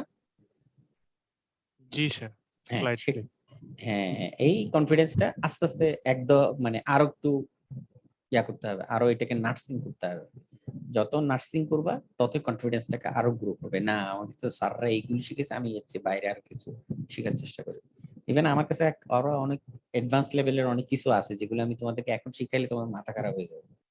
সুতরাং এখন ওই অ্যাডভান্স লেভেলের গুলো আমরা আস্তে আস্তে টাইম পাইলে তখন করবো শিখবো, অসুবিধা নেই। এই ওয়ার্ল্ডটা হচ্ছে এমন জিনিস যে এই কোর্সটা করার পরই যে তোমাদের সাথে আমার কমিউনিকেশন থাকবে না যে এমন না। হ্যাঁ, কোর্সটা শেষ হওয়ার পরও তোমাদের সাথে কারোর সাথে হয়তো আমার পরিচয় থাকবে, কেউ হয়তো আমার সাথে কমিউনিকেট করবা। তখন আমি তোমাদেরকে সেই রিসোর্স গুলো আরো দিব যে হ্যাঁ এগুলো করো, এটা করলে বেটার হবে মানে ম্যানেজমেন্ট লেভেলে যাওয়ার জন্য, সফটওয়্যার ডেভেলপমেন্ট লাইনে ভালো করার জন্য। So this is the not ending of this world. হ্যাঁ, আমাদের এই কোর্সটার পরে যে তোমার সাথে আমার কমিউনিকেশন থাকবে না এমন না। হয়তো আমার ব্যস্ততার কারণে অনেকে আমাকে ফোনে পায় না, এটা খুব মানে এটা অবভিয়াস এবং এটা মেনে নিতে হবে। মেইল করবা, ফোন দিবা, ফোনে অ্যাভেলেবেল না থাকলে টেক্সট মেসেজ পাঠাবা, হয়তো আমি কোনো এক সময় গিয়ে তোমাদেরকে কথা বলবো। ঠিক আছে? সো এই প্রজেক্ট ম্যানেজমেন্টের কোর্সের পরও যদি তোমাদের কোনো কিছু জানার থাকে, I am open for all. তোমরা যে কোনো কল মানে ইয়া করবা, আমি তোমাদেরকে রিসোর্স গুলো দিব। ওকে, আমরা মনে হয় এটা একটু রাখি আর একটু ব্রেকে যাই। হ্যাঁ, ব্রেকের আসার পরে আমরা বাকি স্লাইড গুলোতে যা আছে সেগুলো একটু জাস্ট চোখ বুলাই যাবো। হ্যাঁ, ওগুলো নিয়ে। বাট আমার আজকে ফোকাস ছিল এগুলো, এটাকে বেশি করে সময় দেওয়া। স্যার প্রজেক্ট ম্যানেজমেন্ট স্যার আমাদের এই কোর্সটা ল্যাব। হ্যাঁ, বুঝতে পারতেছি না তোমার কথা। স্যার আমাদের এই কোর্সটা ল্যাবের জন্য স্যার পিসি গুলো ভালো কনফিগারেশন হতো। ল্যাবের জন্য আমাদের স্যার পিসি গুলোর কনফিগারেশন স্যার অনেক ভালো হতো। না, পিসির সাথে মানে কনফিগারেশন খুব ভালো হতে হবে স্যার দেখা যায় স্যার অনেক কিছু সফটওয়্যার আমাদের ইনস্টল করা লাগে। না ওরকম কোনো লাগবে না, বাট কিছু সফটওয়্যার আছে যেগুলো একটু ইউজ করতে সমস্যা হয়। হ্যাঁ, তো ওটা আমি বলবো আমরা মেইনলি ওই মানে তোমার যেসব প্র্যাকটিক্যাল গুলো করবো সেগুলো সবগুলো অনলাইন বেস হবে। হ্যাঁ, অনলাইনে বিভিন্ন টুলস আছে, সেগুলো দেখবো, জানবো, কিভাবে কাজ করে দেখবো, শিখবো এগুলো। ওটার জন্য তোমার ওই মানে কম্পিউটারে খুব মানে একদম কোনো হেভি কোনো সফটওয়্যার ইনস্টল করতে হবে, নট নেসেসারি। ঠিক আছে, কোনো দরকার নেই। ওকে, আমার মনে হয় এখন 4:50 না 52 বাজে, আমরা 5:10 আবার শুরু করি, কেমন? ঠিক এক্স্যাক্টলি 5:10 স্যার সবাই আজকে চলে মনে হয় আসবে। ব্রেক না দিলেও স্যার আপনি যদি চান আজকে একটা না করে ফেলতে পারেন, মনে হয় আজকে অতটা প্রেশার লাগতেছে না। প্রেশার লাগতেছে না? সবাই কি এগ্রি? স্যার নামাজটা পড়ুন। নামাজটা পড়বে না? নামাজটা পড়বে না একটু? নামাজ কালাম তো পড়তে হবে। ওকে ওকে ওকে স্যার, ওকে স্যার, নামাজটা পড়িনি, তাহলে 5:05 দিকে আসো, 5:05 দিকে আসো। ওকে স্যার, ওকে, ঠিক আছে, আসসালামু আলাইকুম। আসসালাম।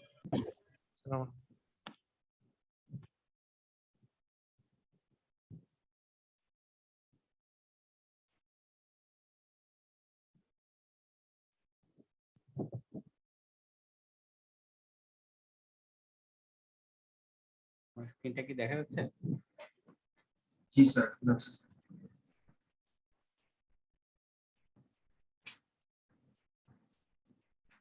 আচ্ছা, এরপরে আসো। আচ্ছা, আমরা কয়েকটা কেস স্টাডি নিয়ে আমরা একটু কথা বলি। 2টা কেস স্টাডি নিয়ে আমরা কথা বলবো। একটা হচ্ছে তোমার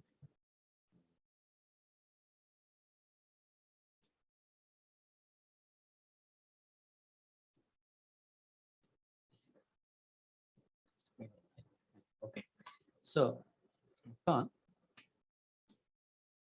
আমরা 2টা কেস স্টাডি মানে কেস স্টাডি করব যে প্রজেক্ট চালানোর সময় তারা কি কি কাজ করছে এবং কিভাবে করলে ভালো হতো, সেটা 2টা কেস স্টাডি। এটা বইয়ের মধ্যেই আছে, যে বইটা আমি ইন্টারনেটে শেয়ার করছি। শোনো, আমি একটা বই ফলো করতেছি, সেই বইটাকেই ফলো করবা। বইটা আমাকে দেয়া আছে এতে গুগল ক্লাসরুমে, ওটা মাঝে মধ্যে তোমাদের যদি প্রয়োজন পড়ে পড়বা। আমার স্লাইড গুলো করলেই হবে enough.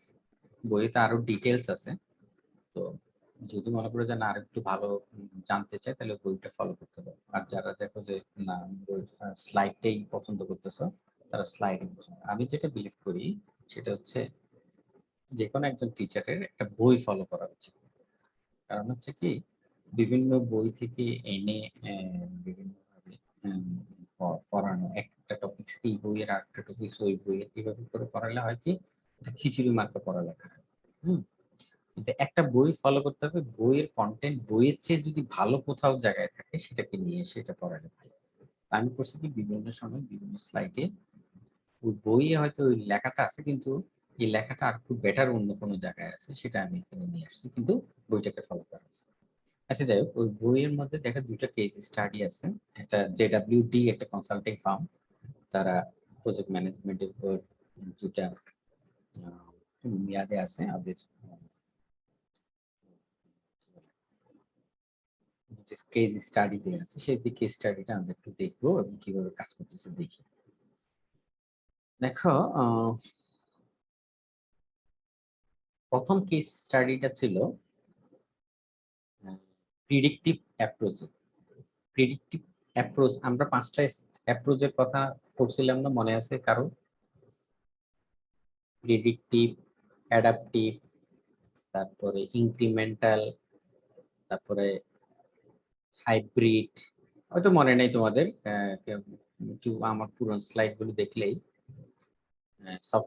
Development life cycle, software development life সাইকেলের 5টা অ্যাপ্রোচ আছে। প্রিডিক্টিভ, অ্যাডাপটিভ, ইনক্রিমেন্টাল, তারপর হচ্ছে যে তারপরে হাইব্রিড, এরকম আর টোটাল 5টা আছে। সেই 5টা একটু দেখে নিবা। 5টা মধ্যে এরা যেটা ফলো করছে হলো প্রিডিক্টিভ, মানে তো ওয়াটারফল মডেল ফলো করছে। তো ওয়াটারফল মডেলে কি করছে দেখো, ওয়াটারফল মডেলে প্রথম কাজটা কি, ইনিশিয়ালাইজেশন। প্রজেক্ট ইনিশিয়ালাইজেশন তারা করছে কি, এই একটা প্রজেক্টের দ্য মেইন গোল কি হবে সেটা সিলেক্ট করছে। ঠিক আছে, প্রজেক্টের knowledge area, process group, output গুলো সিলেক্ট করছে। That's good, very good. তাহলে দেখা যাচ্ছে কি এটা একটা ট্র্যাকে আছে। নলেজ এরিয়া ইন্টিগ্রেশন প্রজেক্ট ম্যানেজমেন্টে কি করা হয়েছে, ডেভেলপ প্রজেক্ট চার্টার করছে, আউটপুট হচ্ছে project charter. Project schedule management, ওই যে ইনিশিয়ালাইজেশন ফেজে এই 2টা নলেজ এরিয়া শুধু ইনভলভ। মনে আছে আমরা কিছুক্ষণ আগে পড়ে এসেছি। আইডেন্টিফাই মানে প্রসেসটা ছিল আইডেন্টিফাই স্টেক হোল্ডার, আউটপুট হচ্ছে কি স্টেক হোল্ডার রেজিস্টার।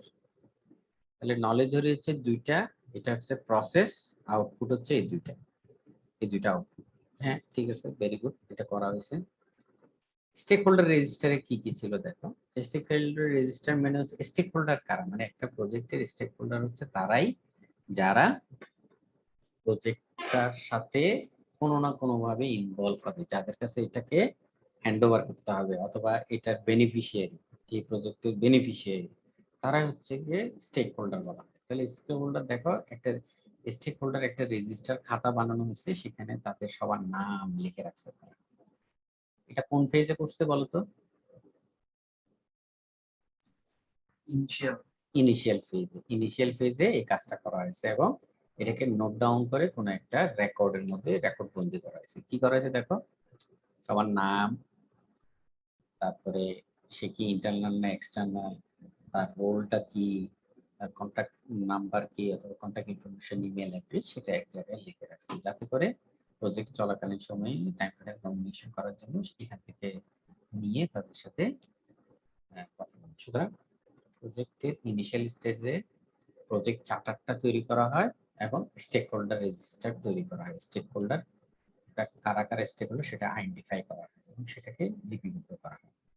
করা হলো টেবিলটা কি স্যার স্টেক হোল্ডারদের টেবিল, মানে নাম যেগুলো দেখতেছি এগুলো কি স্টেক হোল্ডারের নাম? এরা সবাই স্টেক হোল্ডার। প্রজেক্ট ম্যানেজার একটা রোল দেখতেছিলাম। হ্যাঁ, সেও কিন্তু একজন স্টেক হোল্ডার, কারণ প্রজেক্ট ম্যানেজার প্রজেক্টটা নিয়ে ডেলিভারি দিতে হবে, বুঝতে পারছো? একটা স্টেক হোল্ডারে সবাই স্টেক হোল্ডার, যারা বেনিফিশিয়ারি, মানে শুধু ক্লায়েন্ট যে স্টেক হোল্ডার না, সবাই এই প্রজেক্টটা বাস্তবায়ন হলে যারা যারা ইফেক্টেড হবে তারাও স্টেক হোল্ডার। যিনি টাকা দিচ্ছেন তিনিও স্টেক হোল্ডার, যারা ডেভেলপ করতেছেন তারাও কিন্তু স্টেক হোল্ডার। ঠিক আছে, এভাবে এটাকে ম্যানেজ করা হয়। তো সচরাচর যারা ডেভেলপমেন্ট করতেছে তাদেরকে স্টেক হোল্ডার বলে না, বাট অন্য সেন্সে তারাও কিন্তু স্টেক হোল্ডার, তারা ডেভেলপ করতেছে, সুতরাং তারা তো জিনিসটাকে ওন করতেছে। ঠিক আছে, সেটা একটু বলা হয়। সচরাচর স্টেক হোল্ডার মিনস হচ্ছে যারা এই প্রজেক্টের কারণে যারা যারা এটার কারণে ইফেক্টেড হচ্ছে, যিনি স্পন্সর, তারপরে ওই যে অফিসের যে ইমপ্লিমেন্ট হবে সফটওয়্যারটা, সেই অফিসের যারা টিম মেম্বার আছে তারা, তাদের কোনো সেই টিম মেম্বারের বাইরে যদি অন্য কেউ থাকে, তারা সবাই আচ্ছা, এরপরে আসো স্টেক হোল্ডার ম্যানেজমেন্ট স্ট্র্যাটেজি। এটা ওরা নিছিল যে যিনি জো ফ্ল্যামিং ছিল, তার লেভেল অফ ইন্টারেস্ট হাই, উনি কি ইনফ্লুয়েন্স করতে পারে কিনা, মানে কাজটা শুরু করলে, যেহেতু উনি হয়তো স্পন্সর মনে হয় নাকি এখানে, হ্যাঁ যে ছিল যে স্পন্সর, সুতরাং তার তো মানে তার নাম্বার অফ ইনভলভমেন্ট, তারপরে ইনফ্লুয়েন্সমেন্ট সবই থাকবে কি খুব হাই থাকবে, কারণ হচ্ছে যেহেতু উনি স্পন্সর মানে উনি টাকা দিচ্ছে এই প্রজেক্টের জন্য, সুতরাং তার ইন্টারেস্ট এরিয়া গুলোকে বেশি প্রাধান্য দিতে হবে। ঠিক আছে, সেই ইন্টারেস্ট এরিয়াগুলো প্রাধান্য দিয়ে কাজ করতে হবে। আরেকজন আছে মিলস, তার ইন্টারেস্ট কম কিন্তু ইনফ্লুয়েন্স অনেক বেশি। এই লেভেলের একটা গ্যাপ অ্যানালাইসিস করতে হবে, মানে স্টেক হোল্ডার যাদের কাছে তুমি প্রজেক্টটা আলটিমেটলি হ্যান্ড ওভার করবা, তাদের মধ্যে কাদের ইনফ্লুয়েন্স কতটুকু, সেটাও কিন্তু একজন প্রজেক্ট ম্যানেজারে বুঝতে হবে। যেমন ধরো প্রজেক্টটা ইমপ্লিমেন্ট হবে একটা অফিসে, সেই অফিসে যিনি সিইওর কথাই তো প্রজেক্টটা ইমপ্লিমেন্ট হবে, সুতরাং সেই সিইওর ইনফ্লুয়েন্স কতটুকু, নাকি উনি আরেকজনকে দায়িত্ব দিল যার কথায় তুমি রিকোয়ারমেন্ট গুলো ফাইনালাইজ করতে পারবা, যার কথায় তোমার রিকোয়ারমেন্ট গুলো ভ্যালিডেশন করতে পারবা, সেগুলো আইডেন্টিফাই করতে হবে। আইডেন্টিফাই করার স্ট্র্যাটেজি তোমাকে দিতে হবে, সেটা কাজটা করা হয়। প্রজেক্ট চার্টার, আমরা বলছি না প্রজেক্ট চার্টার ইন্টিগ্রেশন ম্যানেজমেন্টের প্রথমে মানে ইনিশিয়াল স্টেজে একটা কিক অফ মিটিং করতে হয়। কিক অফ মিটিং মানে কি বুঝো বলো তো, কে কেউ বুঝছো কিনা?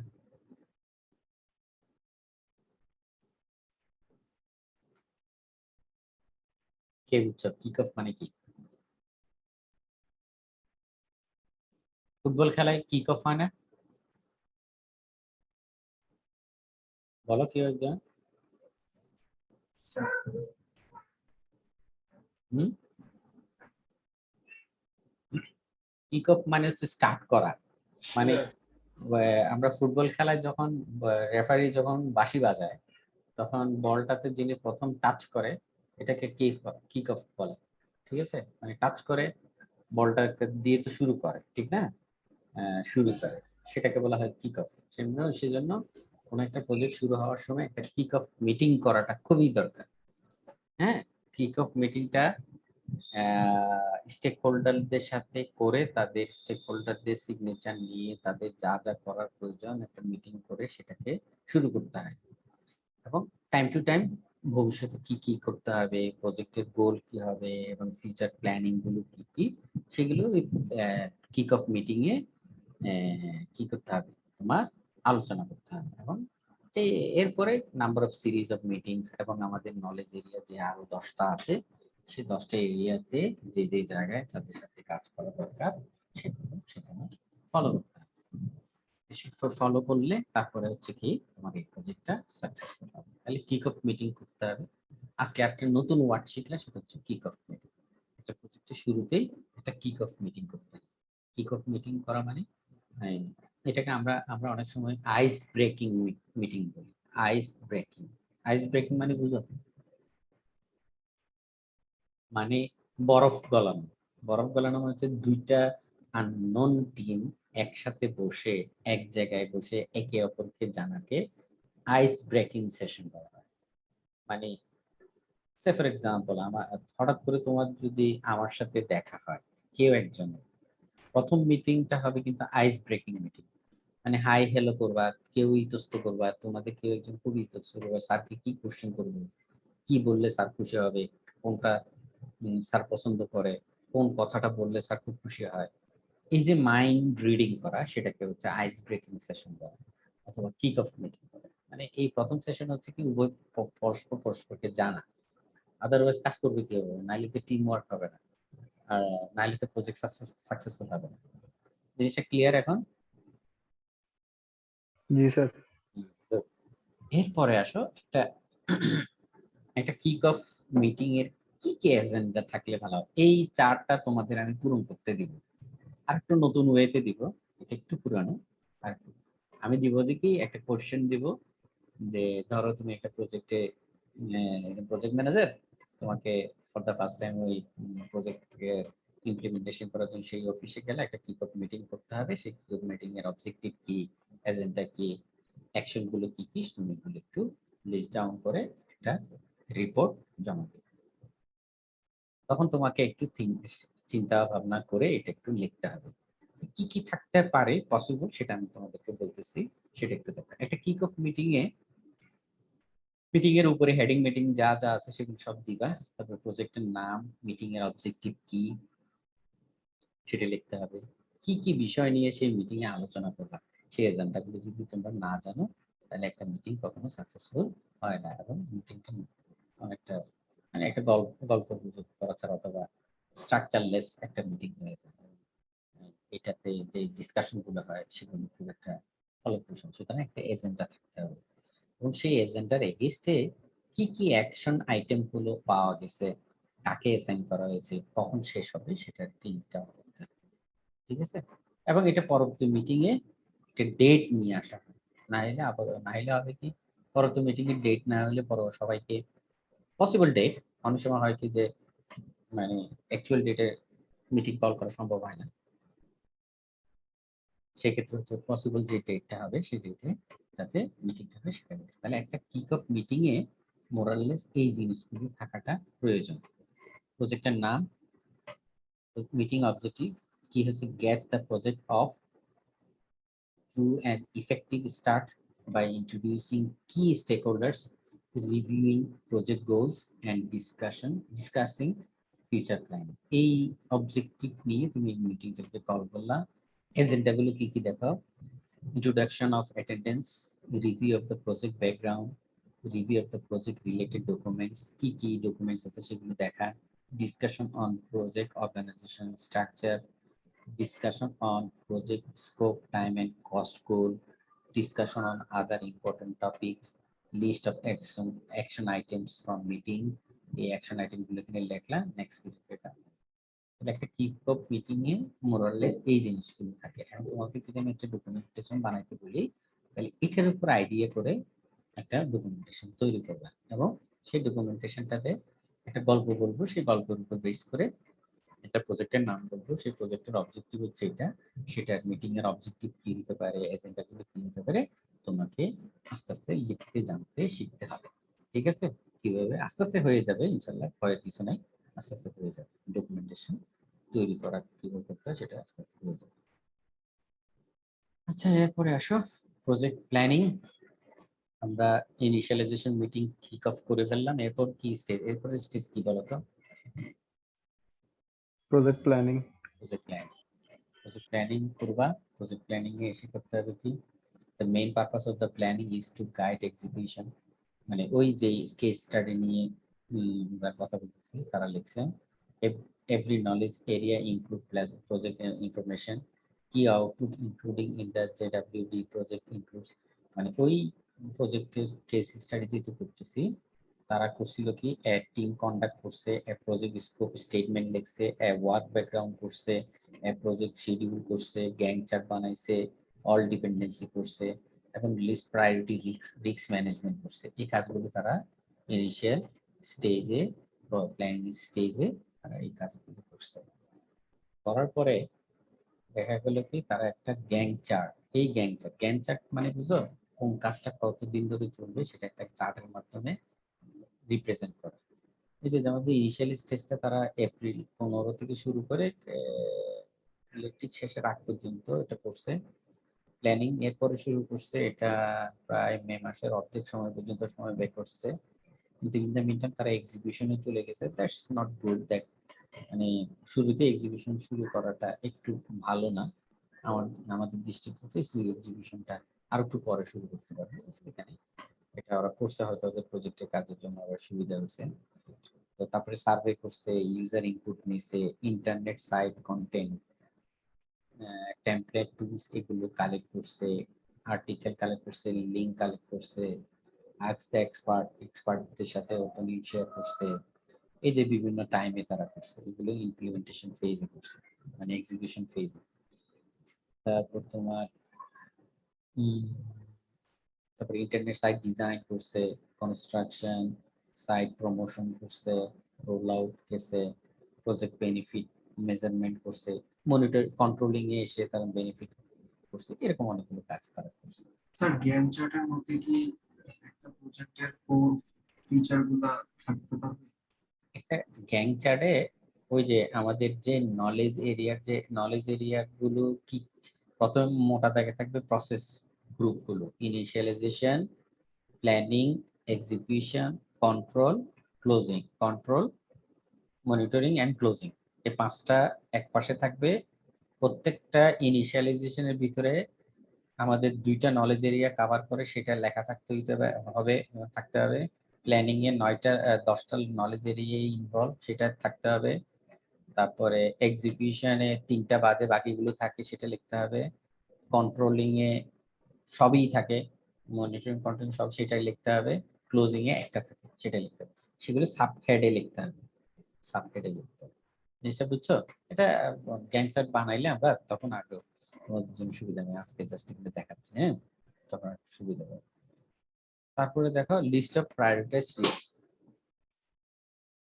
তারা রিস্ক ম্যানেজমেন্ট করছে, মানে রিস্ক অ্যানালাইজ করছে এবং প্রায়োরিটাইজ করছে। কিভাবে অ্যাড করছে দেখো, 1 2 3 করে 10টা রিস্ক বের করছে এবং এটার কি কি রিস্ক হতে পারে প্রায়োরিটি দিছে। 1 number 2 number, lack of input from internal consultant, তারপরে lack of input from client representative, survey of new system। এগুলোতে রিস্ক, মানে অনেক সময় ক্লায়েন্ট ঠিক মতো রেসপন্স করবে না, অনেক সময় ইন্টারনাল যে কনসালটেন্ট গুলো থাকে তারা ঠিক মতো ইনপুট দেয় না। বিভিন্ন ধরনের রিস্ক তারা ক্যালকুলেট করছে। ক্যালকুলেট করে তারা একটা, কেউ কি জয়েন করার আছে? না, কেউ জয়েন করার আছে, সবাই ঠিক আছে। তারপর হচ্ছে কি এরপরে আসো আমরা এটা রিস্ক করলো, এবার এক্সিকিউশন ফেজে চলে গেল। এক্সিকিউশন ফেজে গিয়ে সচরাচর যে কাজগুলো করা দরকার এই প্রজেক্টটাকে সাকসেসফুল করার জন্য project manager must have the leadership skill to handle the many challenges that occur during the project execution, the list, the executing process and outputs. Many project sponsor and customer focus on delivery related to providing the product, service or result desired from the project. মানে অনেক sponsor মানে অনেক stake holder আছে যারা ডেলিভারির উপরে focus করে বেশি। তুমি এটা ডেলিভারি করলে এই টাকা পাবো, এটা ডেলিভারি করলে এই আমি ধরে নেবো এই প্রজেক্টে এত পার্সেন্ট দাম। তো এগুলো বুঝতে হবে প্রজেক্ট ম্যানেজারকে, মানে স্পন্সর অর্থাৎ স্টেক হোল্ডার অথবা যিনি যিনি প্রজেক্টটাকে অ্যাওয়ার্ড করছে উনি ওনার মাইন্ডসেট বুঝে এটাকে ফিক্স করতে হবে। তারপরে দেখো part of the milestone project report. দেখো ইনিশিয়াল স্টেজে ইনিশিয়াল ফেজে স্টেক হোল্ডার আইডেন্টিফিকেশন করছে, ওরা মে 2 তারিখ পর্যন্ত কমপ্লিট করছে, কে করছে সেটা লেখা আছে, কোনো ইস্যু আছে কিনা সেটা, এরকম একটা রিপোর্ট তারা তৈরি করে। প্রজেক্ট চার্টার সাইন, প্রজেক্টের কি কি কাজ করতে হবে সেটা সিগনেচার ডকুমেন্ট 10 তারিখ হয়েছে, কমপ্লিট করছে, কে কমপ্লিট করছে, এরিকা, এরিকা নামে একজন করছে এটা, তা কে করছে সেটা এরকম লিস্ট ডাউন করে রাখতে হবে। প্রজেক্ট কিক অফ মিটিং কখন হয়েছে, সেটা কখন কমপ্লিট হয়েছে এবং সেটা রেসপন্সিবল কে ছিল সেটাও, এবং কোনো কমেন্ট ইস্যু আছে কিনা সেটা লিখতে হবে। প্ল্যানিং ফেজ, ইনিশিয়াল ফেজ শেষ, প্ল্যানিং ফেজে টিম কন্ট্রাক্ট মানে টিমে কারা কারা থাকবে, এই টিমে কতজন ডেভেলপার লাগবে কি না লাগবে, কি করতে হবে, কত তারিখ ডেটে হয়েছে, কমপ্লিট স্ট্যাটাস কি কমপ্লিট হয়েছে কি হয় নাই, কে রেসপন্সিবল সেটা করতে হবে। স্কোপ, ওয়ার্ক ব্যাকগ্রাউন্ড, প্রায়োরিটিজ, এইভাবে করে একটা রিপোর্ট জেনারেট করতে হবে। এখন বলো কত ইজি ভাবে তুমি বুঝতেছো এই প্রজেক্টের কোন ফেজে কে রেসপন্সিবিলিটি ছিল, কোন তারিখে এটা শেষ হয়েছে এবং স্ট্যাটাস কি এবং এটা কোনো ইস্যু আছে কিনা সেটা তাহলে এট এ গ্লিন্স একটা জায়গা থেকে বোঝা যায় না? জি স্যার। আদারওয়াইজ এখন যদি তুমি একটা প্রজেক্ট করো, তোমার যদি এরকম একটা ছোটখাটো এখানে এই রিপোর্টটা করার জন্য প্রজেক্ট ম্যানেজারের বড় জোর প্রতিদিন তাকে 5 থেকে 10 মিনিট সময় দিলেই হয়, কিন্তু দেখা যায় কি আমরা কেউ এটা করি, যার কারণে প্রজেক্টের মাঝপথে গিয়ে আমি স্টেক হোল্ডার আইডেন্টিফিকেশন যে ডকুমেন্টটা কে করছে কিভাবে করছে আর খুঁজে পাওয়া যায়। আমার কথাটা বুঝতে পারছো? প্রজেক্ট চার্টার কে সাইন করছে, কোথায় আছে ডকুমেন্টটা, কে প্রিপেয়ার করছিল, কিভাবে প্রিপেয়ার করছিল আর খুঁজে পাওয়া যায়। সুতরাং তোমাকে যদি এই ধরনের একটা স্ট্যাটাস বুক যদি তোমার থাকে মাইলস্টোন বেস, সেটা তোমাকে কতটা হেল্প করবে জিনিসগুলো এক জায়গায় সামারাইজ করে নিয়ে আসার জন্য। জিনিসটা ক্লিয়ার? জি স্যার। পরে আসো প্রজেক্ট মনিটরিং এন্ড কন্ট্রোলিং, এটা অলরেডি আমরা বলছি। মনিটরিং কন্ট্রোলিংটা সব মানে সবগুলি মনিটরিং করতে হয়। Involve measuring process towards project objectives, monitoring the deviation from the plan and tracking correction, এগুলো জাস্ট মানে ওই প্রজেক্টের এগেইনস্টে তারা কিভাবে মনিটরিং করছে এবং কন্ট্রোলিং করছে সেটা এখানে লেখা আছে। এটা আমরা জানি যে প্রজেক্ট ম্যানেজমেন্টের যে ব্যাপার নলেজ এরিয়া আছে, নলেজ এরিয়া গুলো এটাতে কভার করে এবং মনিটরিং এবং কন্ট্রোলিং একটা বিগ পার্ট। ঠিক আছে, তারপর মনিটরিং করা শেষ, এভরিথিং করে এবার ক্লোজ করা। ক্লোজিং এর সময় দেখতে হবে কি আসলে কাস্টমার যা চাইছে সেটা আমরা বানাইতে পারছি।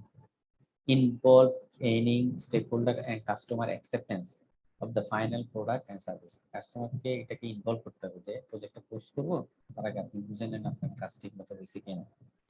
If the project are not completed, there should be closed out to learn from the past. যদি প্রজেক্টটা কমপ্লিট না হয়, মানে ধরে নাও প্রজেক্টটা কোনো কারণে কমপ্লিট হয় না, কিন্তু এটা থেকে একটা লেসন লার্ন হচ্ছে সেটাও তোমাকে মাথায় রাখতে হবে, কোনো এক জায়গায় ডকুমেন্টেড করে রাখতে হবে, কোনো এক জায়গায় লেসন লার্ন হিসেবে থেকে রেখে নিতে হবে। আদারওয়াইজ নেক্সট প্রজেক্টে তোমার এই লেসন লার্নটা কিন্তু অনেক কাজে লাগবে। Output include project files and lesson learn report, part of the organization process. Lesson লার্নটা আমাদের খুব আমাদের বাংলাদেশে এই জিনিসটাকে একদম গুরুত্ব দেয় যে একটা প্রজেক্ট ফেল হইতেই পারে, একটা প্রজেক্ট মাঝপথে ক্লায়েন্ট চলে যেতেও পারে, একটা প্রজেক্টের মাঝপথে ফান্ডিং নাও আসতে পারে, কিন্তু এখান থেকে তো একটা লেসন লার্ন যে মাঝপথে যদি ক্লায়েন্ট চলে যায় তাহলে আমাকে কিভাবে রিসোর্স মোবিলাইজেশন করতে হবে, প্রফিট কিভাবে, প্রফিট তো হবে না, কিভাবে লসটাকে মিনিমাইজ করতে হবে।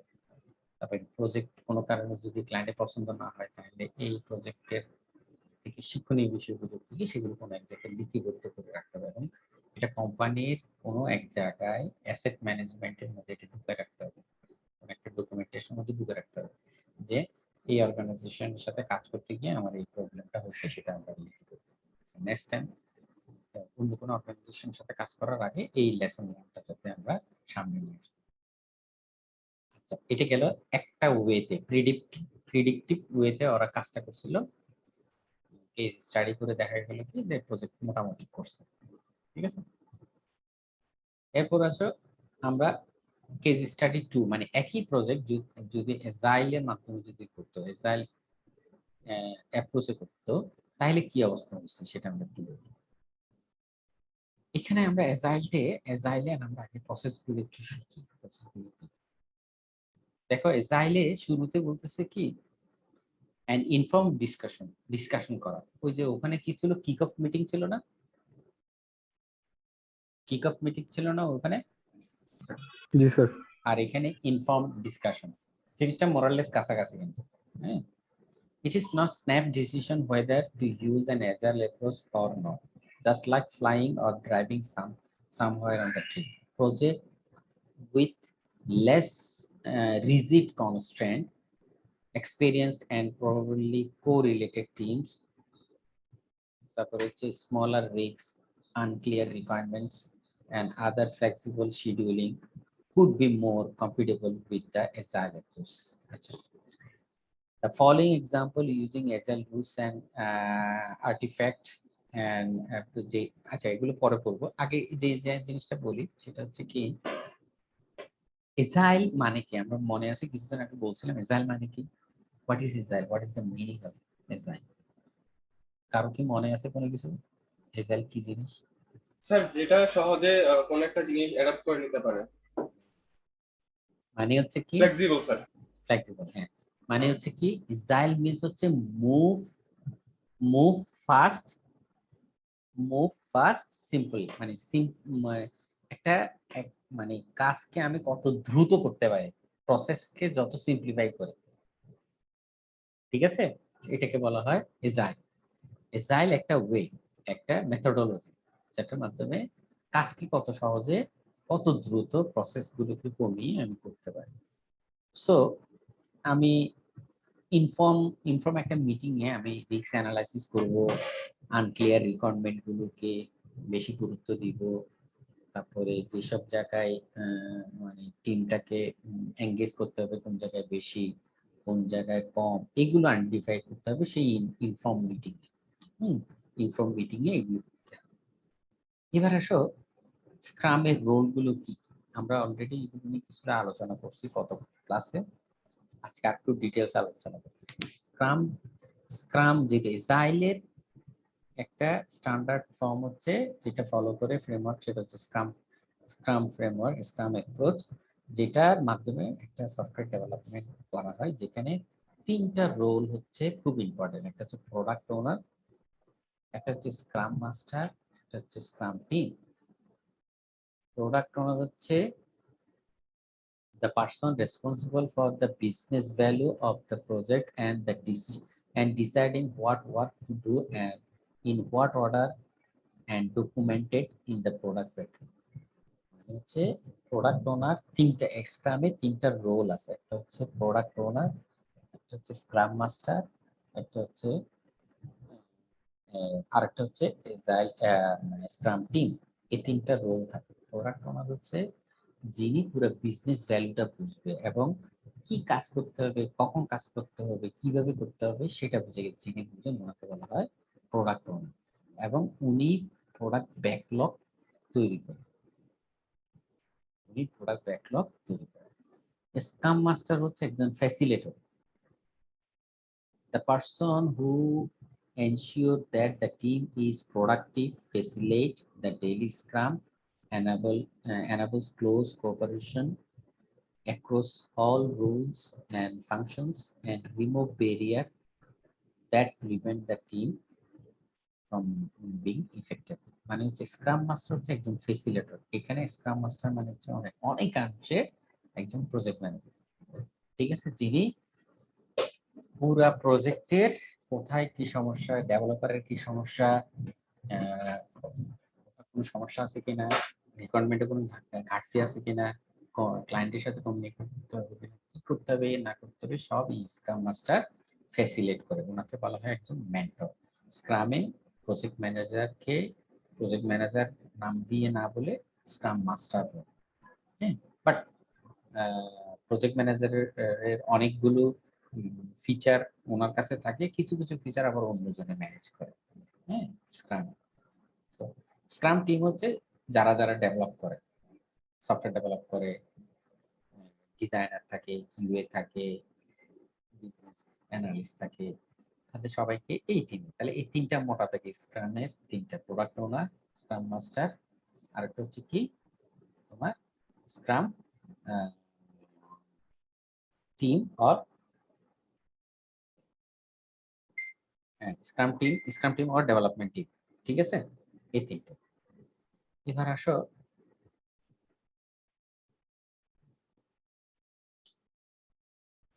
স্ক্রাম আর্টিফ্যাক্ট কি জিনিস, দেখো কি কি জিনিস আছে। যে একটা স্ক্রামের মধ্যে আমাদের তিনটা জিনিস ইনক্লুডেড, একটা হচ্ছে প্রোডাক্ট ব্যাকলগ, স্প্রিন্ট ব্যাকলগ, আর একটা হচ্ছে বার্ন ডাউন চার্ট। আমার মনে আছে গত ক্লাসে আমি কিন্তু বলছিলাম হোয়াট ইজ প্রোডাক্ট ব্যাকলগ, মনে আছে কারো? কি মনে আছে? জি স্যার। বলো তো একটু। স্যার যে কাজগুলো মানে বাকি রয়ে যায় আর কি স্যার, ওগুলোকে ব্যাকলগ বলে আমাদের, প্রায়োরিটি বাকি থেকে যায়, মানে আসলে ব্যাকলগ মানে হচ্ছে একটা ঝুড়ি, আসলে ঝুড়ির মতো বাকি থেকে যায়। এটা কোনটা আগে হচ্ছে কোনটা পরে হচ্ছে আগে স্যার, যেটা পরে হ্যাঁ। হচ্ছে স্যার ওটা। এখানে মানে ব্যাকলগ মানে হচ্ছে পুরো প্রোডাক্টের, মানে পুরো সফটওয়্যারের মধ্যে যতগুলো ফিচার আছে এগুলোকে একটা লিস্ট ডাউন করে প্রায়োরিটাইজ করে রেখে দেওয়া, যে ঝুড়ি থেকে পিছন থেকে ঝুড়ি থেকে নিয়ে নিয়ে আমি সামনের ঝুড়িতে আনবো, মানে ঝুড়িটা পিছনে থাকে ওই ঝুড়ি থেকে নিয়ে নিয়ে আমি সামনের দিকে নিয়ে আসবো, এটাকে বলে প্রোডাক্ট ব্যাকলগ, ঠিক আছে। মানে যত কাজ করতে হবে, মানে এই প্রজেক্টটা সাকসেসফুল করার পিছনে যত কাজ করতে হবে ফিচার ওয়াইজ, সেগুলোকে লিস্ট ডাউন করাটাকে বলা হয় প্রোডাক্ট ব্যাকলগ। ক্লিয়ার এখন?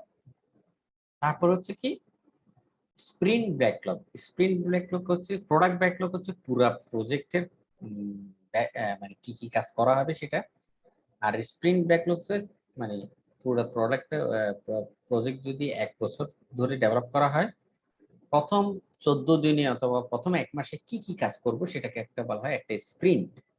সেটাকে বলা হয় কি একটা স্প্রিন্ট, মানে একটা স্প্রিন্টে আমি কি কি কাজ করব প্রায়োরিটাইজ করে ওই প্রোডাক্ট ব্যাকলগ থেকে নিয়ে এসে এটাকে স্প্রিন্ট ব্যাকলগে ঢুকানো হয়। কোনো কারণে যদি ওই স্প্রিন্টে যদি এই কাজটা শেষ না হয়, সেটা আবার কোথায় চলে যায়? প্রোডাক্ট ব্যাকলগে চলে যায়, ঠিক আছে। আর স্যার স্প্রিন্টের কি কোনো নির্দিষ্ট টাইম আছে, যে 18 দিন বা 21 দিন এরকম? এটা একটা গাইডলাইন আছে যে 14 থেকে 28 দিনের মধ্যে হওয়াটা ভালো। 14 দিন থেকে 28 দিনের মধ্যে, এর বেশি হইলেও এটা ভালো হয় না, এর কম হইলেও জিনিসটা খুব ইফিসিয়েন্ট হয় না, ঠিক আছে। স্প্রিন্টটা হতে হবে ছোট ছোট, হ্যাঁ। 14 দিন মানে 2 সপ্তাহ থেকে 4 সপ্তাহ, 2 সপ্তাহ থেকে 4 সপ্তাহ, মানে 2 সপ্তাহ থেকে 4 সপ্তাহের মধ্যে একটা স্প্রিন্ট হতে হবে। সুতরাং 1 বছরের প্রজেক্টের মধ্যে আমি যদি 2 সপ্তাহ করে প্রজেক্ট করি তাহলে কয়টা স্প্রিন্ট হবে বলো দেখি কেউ? 24টা। হ্যাঁ 24টা। 24টা হবে। Very good. 1 বছরে কয় মাস? 12 মাস। 12 মাসে প্রতি মাসে 2টা স্প্রিন্ট, যদি 14 দিন করে করি তাহলে 24টা স্প্রিন্টে আমার এই প্রজেক্টটা ডেলিভারি দিতে হবে। Very good. তারপর বার্ন ডাউন চার্ট হচ্ছে show the cumulative work remaining in the sprint on a day to day basis, মানে হচ্ছে যে একটা স্প্রিন্টে কি কি কাজ বাকি আছে সেটা ব্রাউন ডাউন চার্টের মধ্যে রিফ্লেক্ট করে, যাতে করে পরবর্তী স্প্রিন্ট মিটিং এ, স্প্রিন্ট রিভিউ মিটিং এ এটা যাতে ধরা পড়ে এবং এটা নিয়ে যাতে কাজ করা যায়।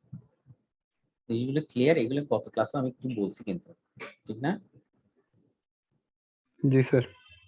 এগুলো একটু ভালো করে পড়বো, আমি বেশ কয়েকবার বলতেছি, দেখুন যে এগুলো একটু ইম্পর্টেন্ট, এগুলো একটু পড়তে হবে। এরপরে আসো স্প্রিন্টে আসলে কি কি কাজ করা হয় একটা স্প্রিন্টে। দেখো স্প্রিন্টে গুরুত্বপূর্ণ যে পয়েন্টগুলো সেটা হচ্ছে sprint planning session, daily scrum meeting, sprint review meeting, sprint retrospective meeting. এই চারটা জিনিস, 1 2 3 4, এই চারটা জিনিস মিলে কিন্তু একটা স্প্রিন্ট হয়। স্প্রিন্ট প্ল্যানিং হচ্ছে স্প্রিন্টটা শুরু হওয়ার আগে একটা প্ল্যানিং সেশন করতে হবে, এই স্প্রিন্টে কি কি কাজ করবে, প্রোডাক্ট ব্যাকলগ থেকে কি কি কাজ এখানে আনা হবে, হ্যাঁ, কি কি কাজ এনে এনে প্রায়োরিটাইজ করে সেটাকে বলে sprint planning meeting. Daily scrum meeting হচ্ছে প্রতিদিন সকালে কাজ শুরু হওয়ার আগে একটা শর্ট মিটিং বলা হয়, এটাকে স্ট্যান্ড আপ মিটিংও বলা হয়। স্ট্যান্ড আপ মিটিং দাঁড়ায় দাঁড়ায় যে মিটিংটা করে, অনেক সময় দেখো না বলে না দাঁড়ায় দাঁড়ায় মিটিং করতেছে 10 মিনিট 15 মিনিট, কখনো শুনছো না এই কথা? এটাকে বলা হয় স্ক্রাম মিটিং। এবং আমি প্রতিদিনই এই কাজ করি, হয়তো দাঁড়াই করি না, যেহেতু অনলাইনে আমার টিমের সাথে আমি কাজ করি, আমি প্রতিদিন সপ্তাহে যে 5 দিন আমি ওই টিমের সাথে বসি, সন্ধ্যার দিকে 6টার দিকে এসেই বাসায় এসে, আমি তো মিনিস্ট্রিতে থাকি, বাসায় এসে সারা ওয়ার্ল্ডে যারা আমার সাথে কাজ করে, যে আমার সাথে এখন 15 জন মতো আছে, আমরা সবাই মিলে একটা ডেইলি স্ক্রাম মিটিং করি। সেই স্ক্রাম মিটিং এ কার কি সমস্যা সবাই বলে আমাকে, যে এই সমস্যা, আমার এই কাজ করতে গেলে টেকনোলজিক্যাল প্রবলেম আছে, এই কাজটা করতে আমার 5 ঘন্টা সময় লাগবে, এটা করতে আমার 2 দিন সময় লাগবে। তখন বাকিরা কেউ কি জিজ্ঞেস করি, কেউ কি তাকে হেল্প করা যায় কিনা, তখন আরেকজনটা বলে ওকে আমি, আমার কাজটা আজকে তাড়াতাড়ি শেষ হয়ে যাবে, সুতরাং আমি ওকে হেল্প করতে পারবো। অথবা বলা অন্যজনকে বলা হয় যে না, এটা হেল্প করা যাবে না, এটা সার্ভারের ইস্যু, এটা সার্ভারে কোন প্রবলেম আছে, তাহলে আমাদের এটা ডেভেলপমেন্ট টিমের সাথে কথা বলতে হবে। এই পুরো মিটিংটা হয়ে যায় 15 মিনিটের মধ্যে। 15 মিনিটের মধ্যে আমরা সবাই কথা বলি কি কে কি কাজ করতেছি সবাই জানি, জানার পরে যে যার যার মতো কাজে লেগে যায়। আমি আমার মতো কাজ করি, আমি ডকুমেন্টেশন দেখি, এটা করি ওটা করি ডেভেলপারের সাথে কথা বলি বিভিন্ন বিষয় নিয়ে, সবাই সবার মতো কাজ করতেছে, আর কাউকে কোনো পিংও করতে হয় না, কারণ আমরা সবাই জানি কে কি কাজ করতেছে। ওই ডেইলি স্ক্রাম মিটিংটা very important part of agile development, scrum way of development. Sprint review হচ্ছে যে a meeting in which the team demonstrate to the product owner what is has completed during the sprint. Sprint review মিটিংটা হচ্ছে আমরা সবাই যারা টিমে স্প্রিন্টে কাজ করি, তারা প্রোডাক্ট ওনার মানে হচ্ছে যে কি, প্রোডাক্ট ওনার কি যে কেউ হতে পারে, মানে সচরাচর ওই কোম্পানি, যে কোম্পানি মানে সফটওয়্যার কোম্পানির যিনি সিইও অথবা সিটিও, ওনাকে প্রোডাক্ট ওনার হওয়াটা ভালো। তাহলে হবে কি, কোম্পানির এই টিমে যারা কাজ করতেছে তারা 2 সপ্তাহ পরে একটা রিভিউ মিটিং করে ওনাকে দেখাইলো যে এই স্প্রিন্টে আমরা এই কাজ করছি, আপনার কোনো গাইডলাইন থাকলে আমাকে জানান। যেখানে প্রজেক্ট ম্যানেজারও থাকবে, সবাই থাকবে, প্রজেক্ট ম্যানেজারও মানে স্ক্রাম মাস্টার, এখানে স্ক্রাম মাস্টার, তো উনি বলবে যে না এই কাজটা মনে হয় আরেকটু বেটার করা যায়, সেটা পরে আরেকটা মিটিং আছে, সেটাকে বলা হয় রেট্রোস্পেক্টিভ মিটিং। হ্যাঁ, এই মিটিং এ এসে টিমকে কিভাবে কোন মানে কাজে, টিমের যে স্প্রিন্টের কাজে কোনটাতে আরো কিছু ইমপ্রুভ করা যায়, আরো কিভাবে বেটার করা যায়, কোনটার পারফরমেন্স অ্যানালাইসিস করা, সেটা এই মিটিং এ করতে হবে। তাহলে একটা স্ক্রামের যে সেশন আছে, সেই সেশনে 4টা ভাগে এটাকে ভাগ করা হয়েছে এবং এগুলোই মেইনলি করা হয়, যে কোনো সফটওয়্যার ডেভেলপমেন্টে এগুলো করা হয়, এবং স্ক্রাম মাস্টার এগুলো ঠিকমতো হচ্ছে কিনা সেটাকে দেখে। আচ্ছা দেখো, এই যে এটা একটু দেখো ছবিটা, এতক্ষণ যা বলছি সেটা এখানে আছে। দেখো এই যে প্রোডাক্ট ব্যাকলগ তৈরি হচ্ছে, স্প্রিন্ট ব্যাকলগে যাচ্ছে, product owner create the priorities, আর project team create the sprint backlog করতেছে, এটা হচ্ছে প্ল্যানিং সেশন। দেখছো এক্সিকিউশন এই যে এটা এক্সিকিউশন হচ্ছে, এই যে স্প্রিন্ট চলতেছে 2 থেকে 4 উইকের মধ্যে।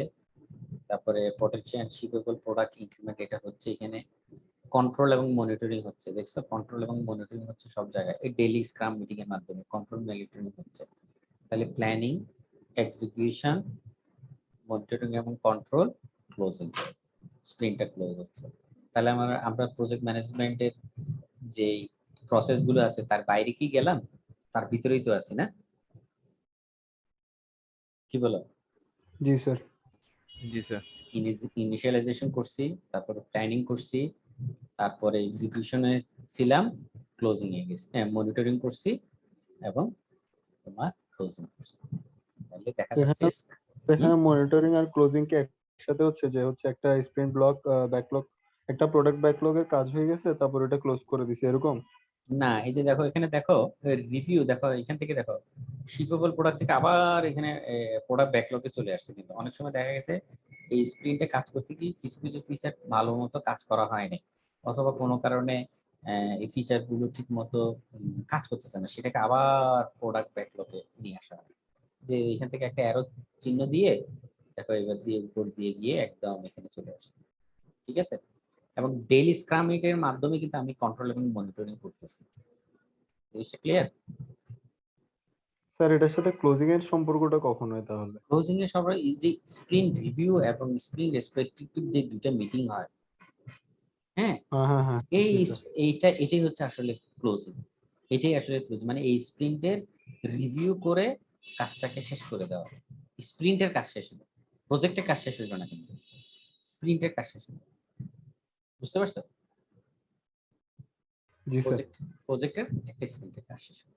সুতরাং দেখা যাচ্ছে কি জাইলের মাধ্যমে যদি আমরা করি, আসলে ঘুরে ফিরে আমরা ওই 5টা কাজই করতেছি। ইনিশিয়ালাইজেশন করছি, প্ল্যানিং করছি, এক্সিকিউশন করছি, মনিটরিং করছি, ক্লোজিং করছি। ক্লিয়ার? এরপরে আসো, স্যার বলো। আমার একটা কোশ্চেন ছিল। হ্যাঁ বলো। স্যার আমরা প্রোডাক্ট ব্যাকলগে তো অনেকগুলো কাজ থাকবে আমাদের, তো স্যার আমরা একটা স্প্রিং এ কি একটা করে কাজ করব, তারপর আবার কি আবার প্রোডাক্ট ব্যাকলগে ফিরে আসবো, নাকি সবগুলো একসাথে করে ফেলবো? এই যে যেমন ওই যে প্রোডাক্ট ব্যাকলগটা আসলে ইসরায়েলে করে কি, ইনিশিয়ালি ওই যে কিক অফ মিটিং এ, ইনফর্ম মিটিং এ থেকে যেটা ইনিশিয়ালি বের হয়, সেইগুলোর ফিচার, বড় বড় ফিচার গুলোকে প্রোডাক্ট ব্যাকলগে ঢুকানো হয়। মানে এই সফটওয়্যারটা, একটা সফটওয়্যার ইমপ্লিমেন্টেশন করতে আমার 1 বছর সময় লাগবে, ধরে নাও 1 বছরে আমাকে 50টা ফিচার বানাইতে হবে, 50টা ফিচার। এই 50টা ফিচারই হচ্ছে তোমার প্রোডাক্ট ব্যাকলগ। জিনিসটা ক্লিয়ার? এই জি স্যার। 50টা ফিচারের মধ্যে 1 বছরে যেহেতু তুমি প্রতি মাসে 2টা করে স্প্রিন্ট, তাহলে 1 বছর হচ্ছে 24টা স্প্রিন্ট। তাহলে প্রতি স্প্রিন্টে পড়তেছে কয়টা কাজ?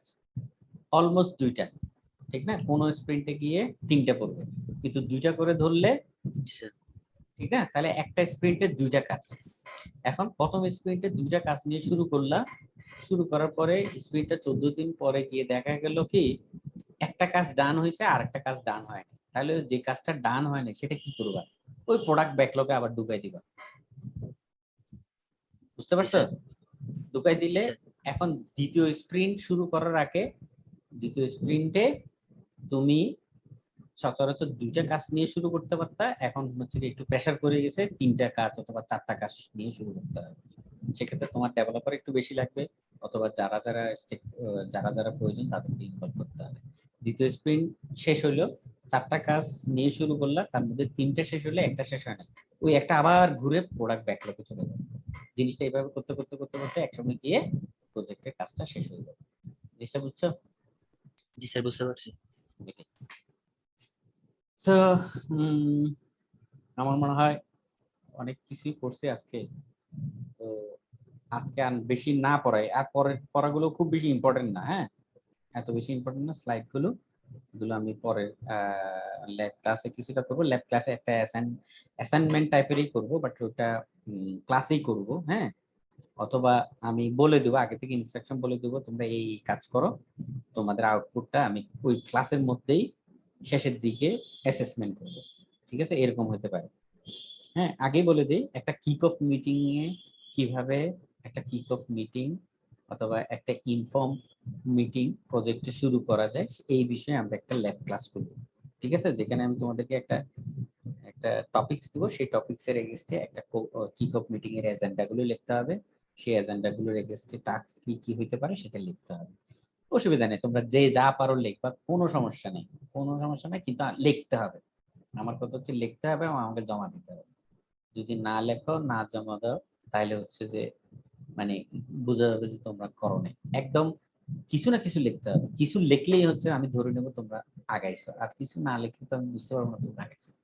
জিনিসটা বুঝতে পারছো? আগামী ল্যাব ক্লাসে আমরা একটা কিক অফ মিটিং কি কি এজেন্ডা বলবো, আমি একটা কিক অফ মিটিং এ একটা আইডিয়া দিব, সেই আইডিয়ার উপর বেস করে মিটিং এর নাম, মিটিং এর অবজেক্টিভ কি, এটার এজেন্ডা কি, এটার মানে তোমার কি কি বিষয় নিয়ে আলোচনা করা হয়েছে, সেই মিটিং মানে মানে কি কি এজেন্ডা গুলো, কি কি আইটেম গুলো, কি কি নেক্সট মিটিং এর ডেটে কি কি বিষয় নিয়ে মিটিং কত হবে, সেটার একটা ফরম্যাট দ্বারা করা হবে। একটু পড়ালেখা করিও, ওই ল্যাব ক্লাসে আমরা এই এক্সারসাইজটা করব। এটা ক্লিয়ার? জি স্যার। সবাই বুঝতে পারছো? আজকে কোনো কোশ্চেন আছে? নাহলে আজকে শেষ করে দিতে যাচ্ছি।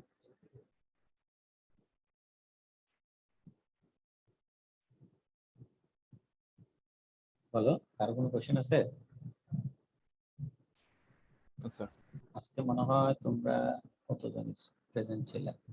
প্রায় 23-24 জনের মতো দেখছিলাম আমি। হ্যাঁ, সো যারা প্রেজেন্ট ছিল, তো সেটা আমি তো দেখলাম কারা কারা প্রেজেন্ট ছিল। জুবাইর, তুমি একটু পূরণ করে ফেলবা, কেমন? জি স্যার, স্ক্রিনশট নিয়ে রাখছি স্যার, ফিল আপ করে ফেলবো। ফিল আপ করে ফেলবা। এখন যারা আছে প্রায় 22-23 জনের মতো আছে, তাদের স্ক্রিনশটটা রেখে দাও, তারা যাতে ক্লাসে অ্যাটেন্ডেন্স আমি ধরে নিলাম। তাহলে আগামী ল্যাব ক্লাসে হয় আমি আগে থেকে তোমাদেরকে ওই ইয়াটা দিয়ে দিব, ক্লাসের মধ্যেই তোমরা স্টার্ট করে দিবা। করে দেওয়ার পরে আমি টাইম টু টাইম জয়েন করে তোমাদের থেকে জিজ্ঞেস করবো কারো কোনো কোশ্চেন আছে কিনা, কি আছে কিনা, প্লাস আজকে ক্লাসের যে বাকি অংশটুকু সেটা ওখানে ওদিন ফিল আপ করে দেবো। ক্লিয়ার? আর কোনো কোশ্চেন আছে? Okay sir. যে কোনো ধরনের প্রয়োজন পড়লে ওই গ্রুপে তোমরা কথা বলতে পারো যে স্যার আমি এটা বুঝি নাই, এটা একটু বলে দিন, নেক্সট ক্লাসে এই টপিকসটা আর একটু বুঝাই দিন। আর তোমাদের প্রথম ল্যাব ক্লাসে যে দুইটা বিষয়, সেই দুইটা বিষয় নিয়েও আগামী ল্যাব ক্লাসে আমরা আলোচনা করব, যে কিভাবে এটা তোমরা যেটা পাঠাইছো আমি খুব অ্যাপ্রিসিয়েট করি। সবাই প্রায় 24 না 25 জন পাঠাইছে।